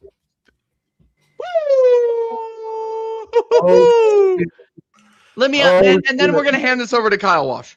Let Okay, me ask you: do we win this league title with Odegaard playing in the 10? Absolutely not. You didn't ask me to answer it. Oh, okay. Okay. No. Let me ask Booby real quick. Let me ask Booby, Kyle. And big up Kyle Walsh, fucking Gunner in the chat. Day one, fucking OG. But Spooby, do we win I this think league it's a title with loaded Martin question. Odegaard in the 10? Do not be a fraud. Answer. No.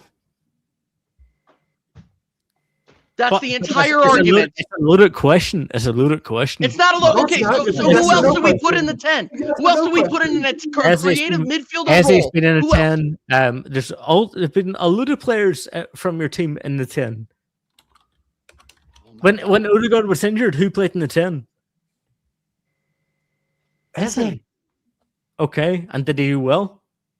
All Seven the time. All the time. It was Did he do well all the time? It was a mixed bag. But here's the thing: is A if you're mixed looking bag. at Well, that's okay, what I said. let me There's ask a you. Let mixed me ask you. bag. Let me ask you because you Go watch ahead. so many Arsenal games. Okay, Yeah. now you've pissed me off. Because you watch so many Arsenal games. I'm not trying to right? piss you off. No, I know you're Right. not. I know you're not, but you have inadvertently. But since you've watched so many Arsenal games, okay. But no, I'm not trying to How be many? the How many? arbiter of oh, Arsenal. so now you're backing away. Now you're retracting. Okay. No, I'm so just saying my that question, when I watched my question- Eze play, he wasn't the best. That's it. But what is wasn't the best mean? Does that mean he would not It's a mix. like no? You said it was a mixed GA or- bag. No. You said Hold it on. was Let a me mixed bag. hold I'll on. say it mixed bag. Let me make my point. My point Go ahead. is that Yes, he didn't have the GA. But the point is that this No, guy not was a GA. danger. The guy was a danger. Like, if you're looking at the eye test, yes, did he spend too much time on the ball in his early days at Arsenal? I agree. I didn't agree. I was raking him over the coals for that, by the way. People that can go back and watch those shows, and I said he's spending too much time on the ball. But how I rate him is the fact that he is completely different from Martin Odegaard. He's trying to advance the ball. Any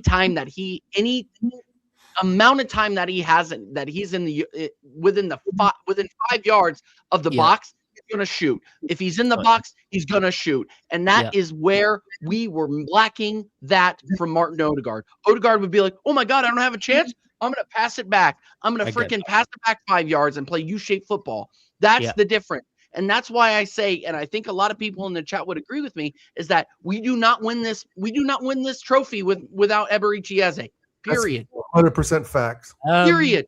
Yeah, I agree with you that. Yeah, and I'm not trying to mud you or anything like that. I'm just trying to say, like the people that are talking shit about Eberechi Eze on May 19th when we won our first league title in 22 years. Like, what are you smoking?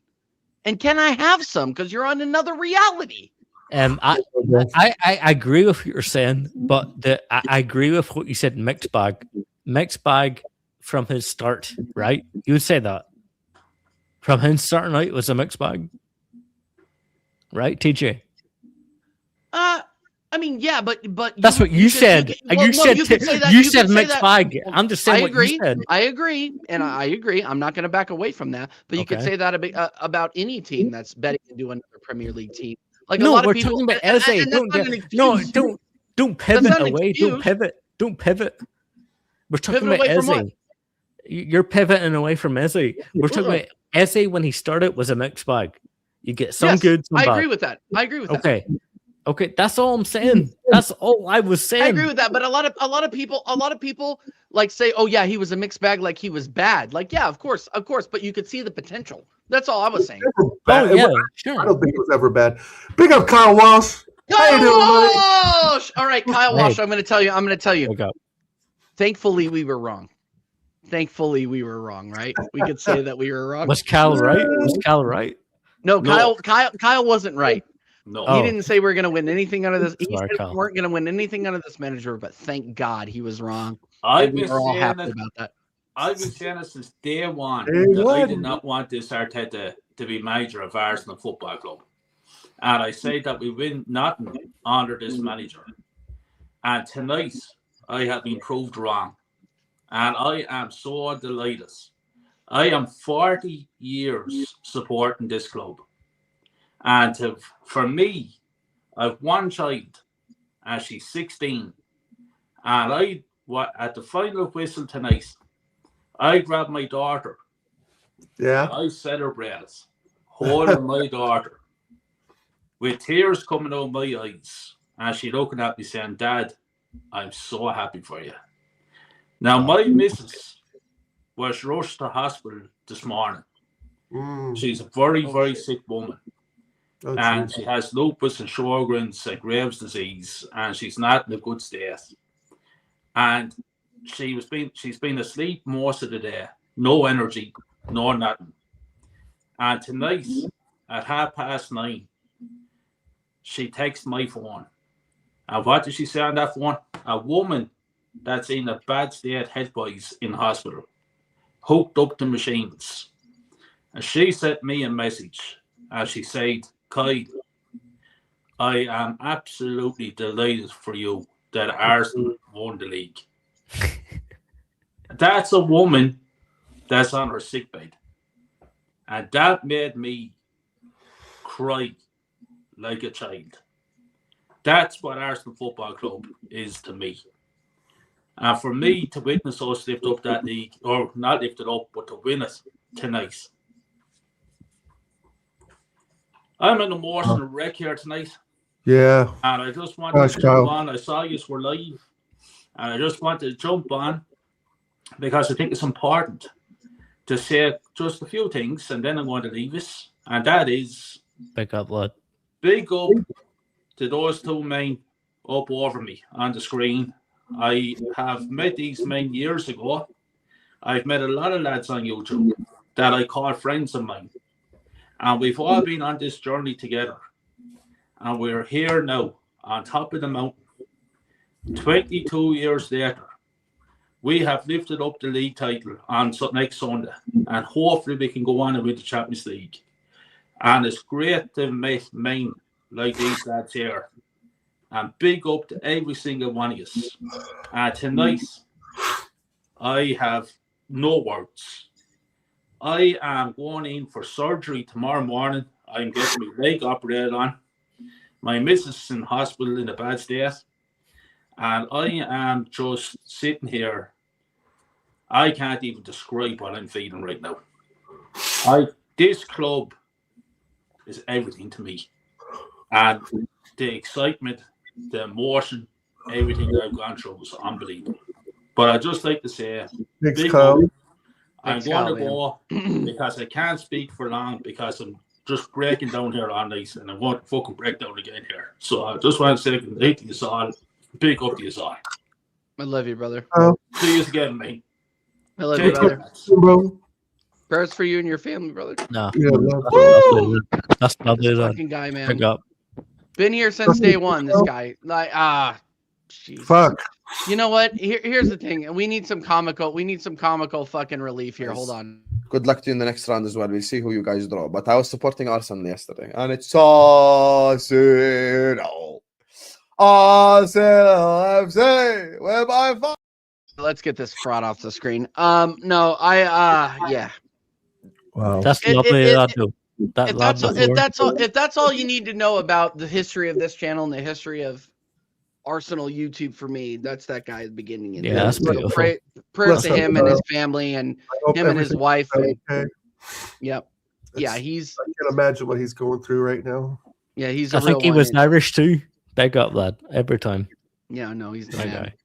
Yeah, sing Husam, sing. Yeah, he can sing all he wants. And anytime that guy asks me if I want to join a panel, I'm just gonna send him that video every single fucking time. Big up Kyle. That really kind of hit home. Wow. You know, yeah, that's. I know this. Kyle has been a rock for a lot of people in this community. Always has something of substance to say and to add to every show he's been on. Yeah, our prayers are with Kyle and his family right now for you guys. It's some shocking news. I hope his wife gets better, and I hope his surgery tomorrow goes well, and I hope for his daughter is in a happy place right now as well. Makes football kind of mean nothing at the end. But right. What we can say is the community that we've built here around this football club that rips our goddamn heart out and stomps on it. Yeah.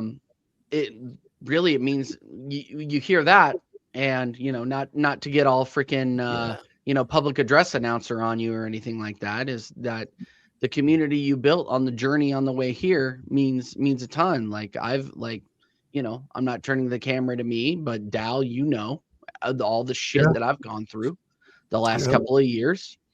And I'm not going to share that here, but I'll share the happy news at some point. And it just means more when you get to share it with your friends.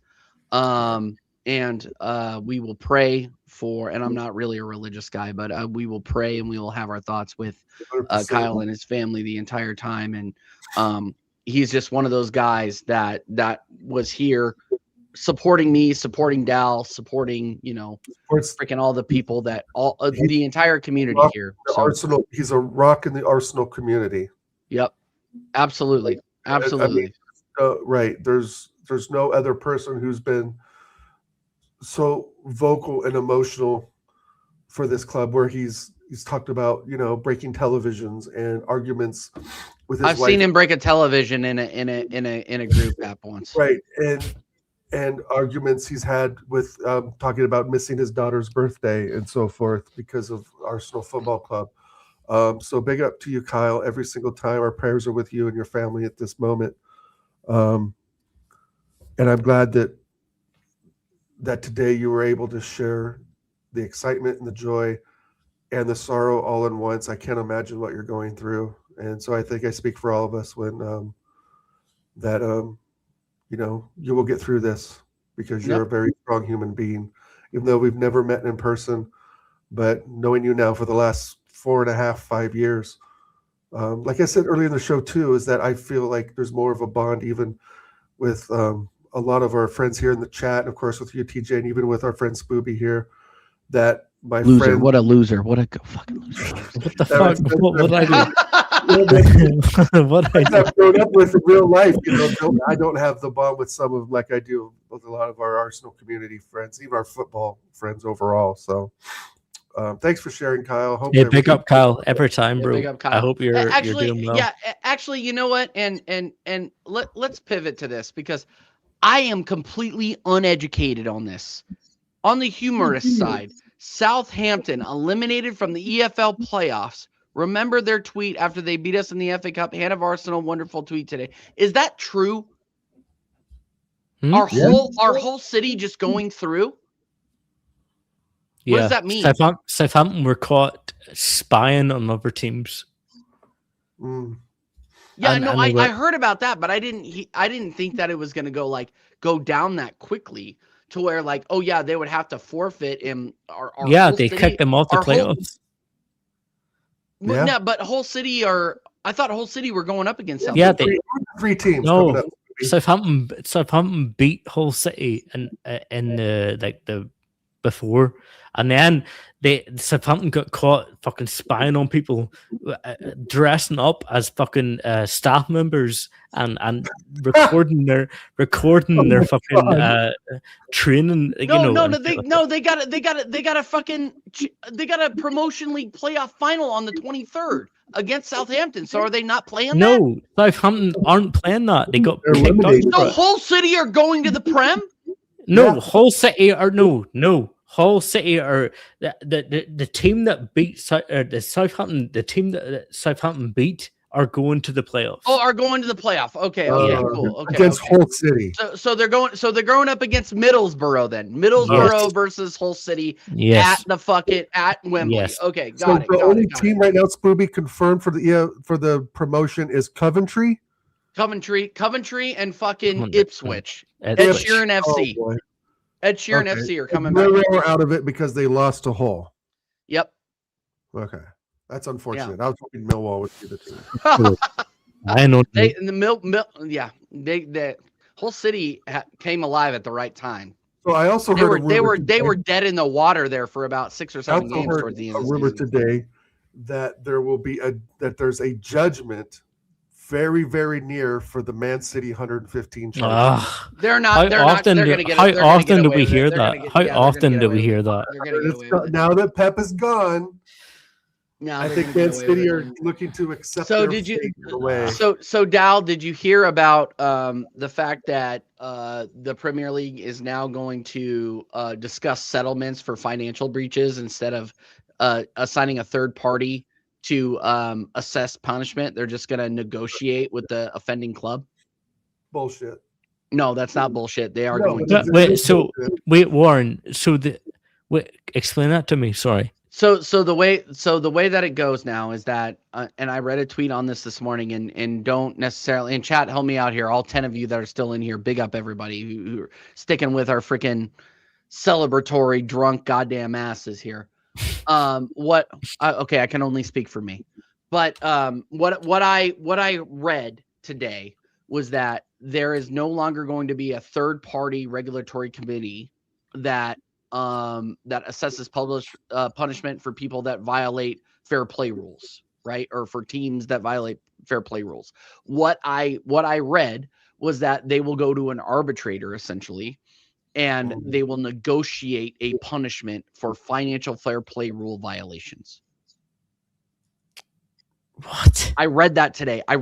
So Chelsea, who got punished and got a transfer ban, are now going to be able to arbitrate. That's Man crazy. City will be able to arbitrate Ah, 150 fucking charges. Like this is what I'm saying is that they will pay financial penalties but they will not need to pay for the crimes of the past, is what I'm hearing.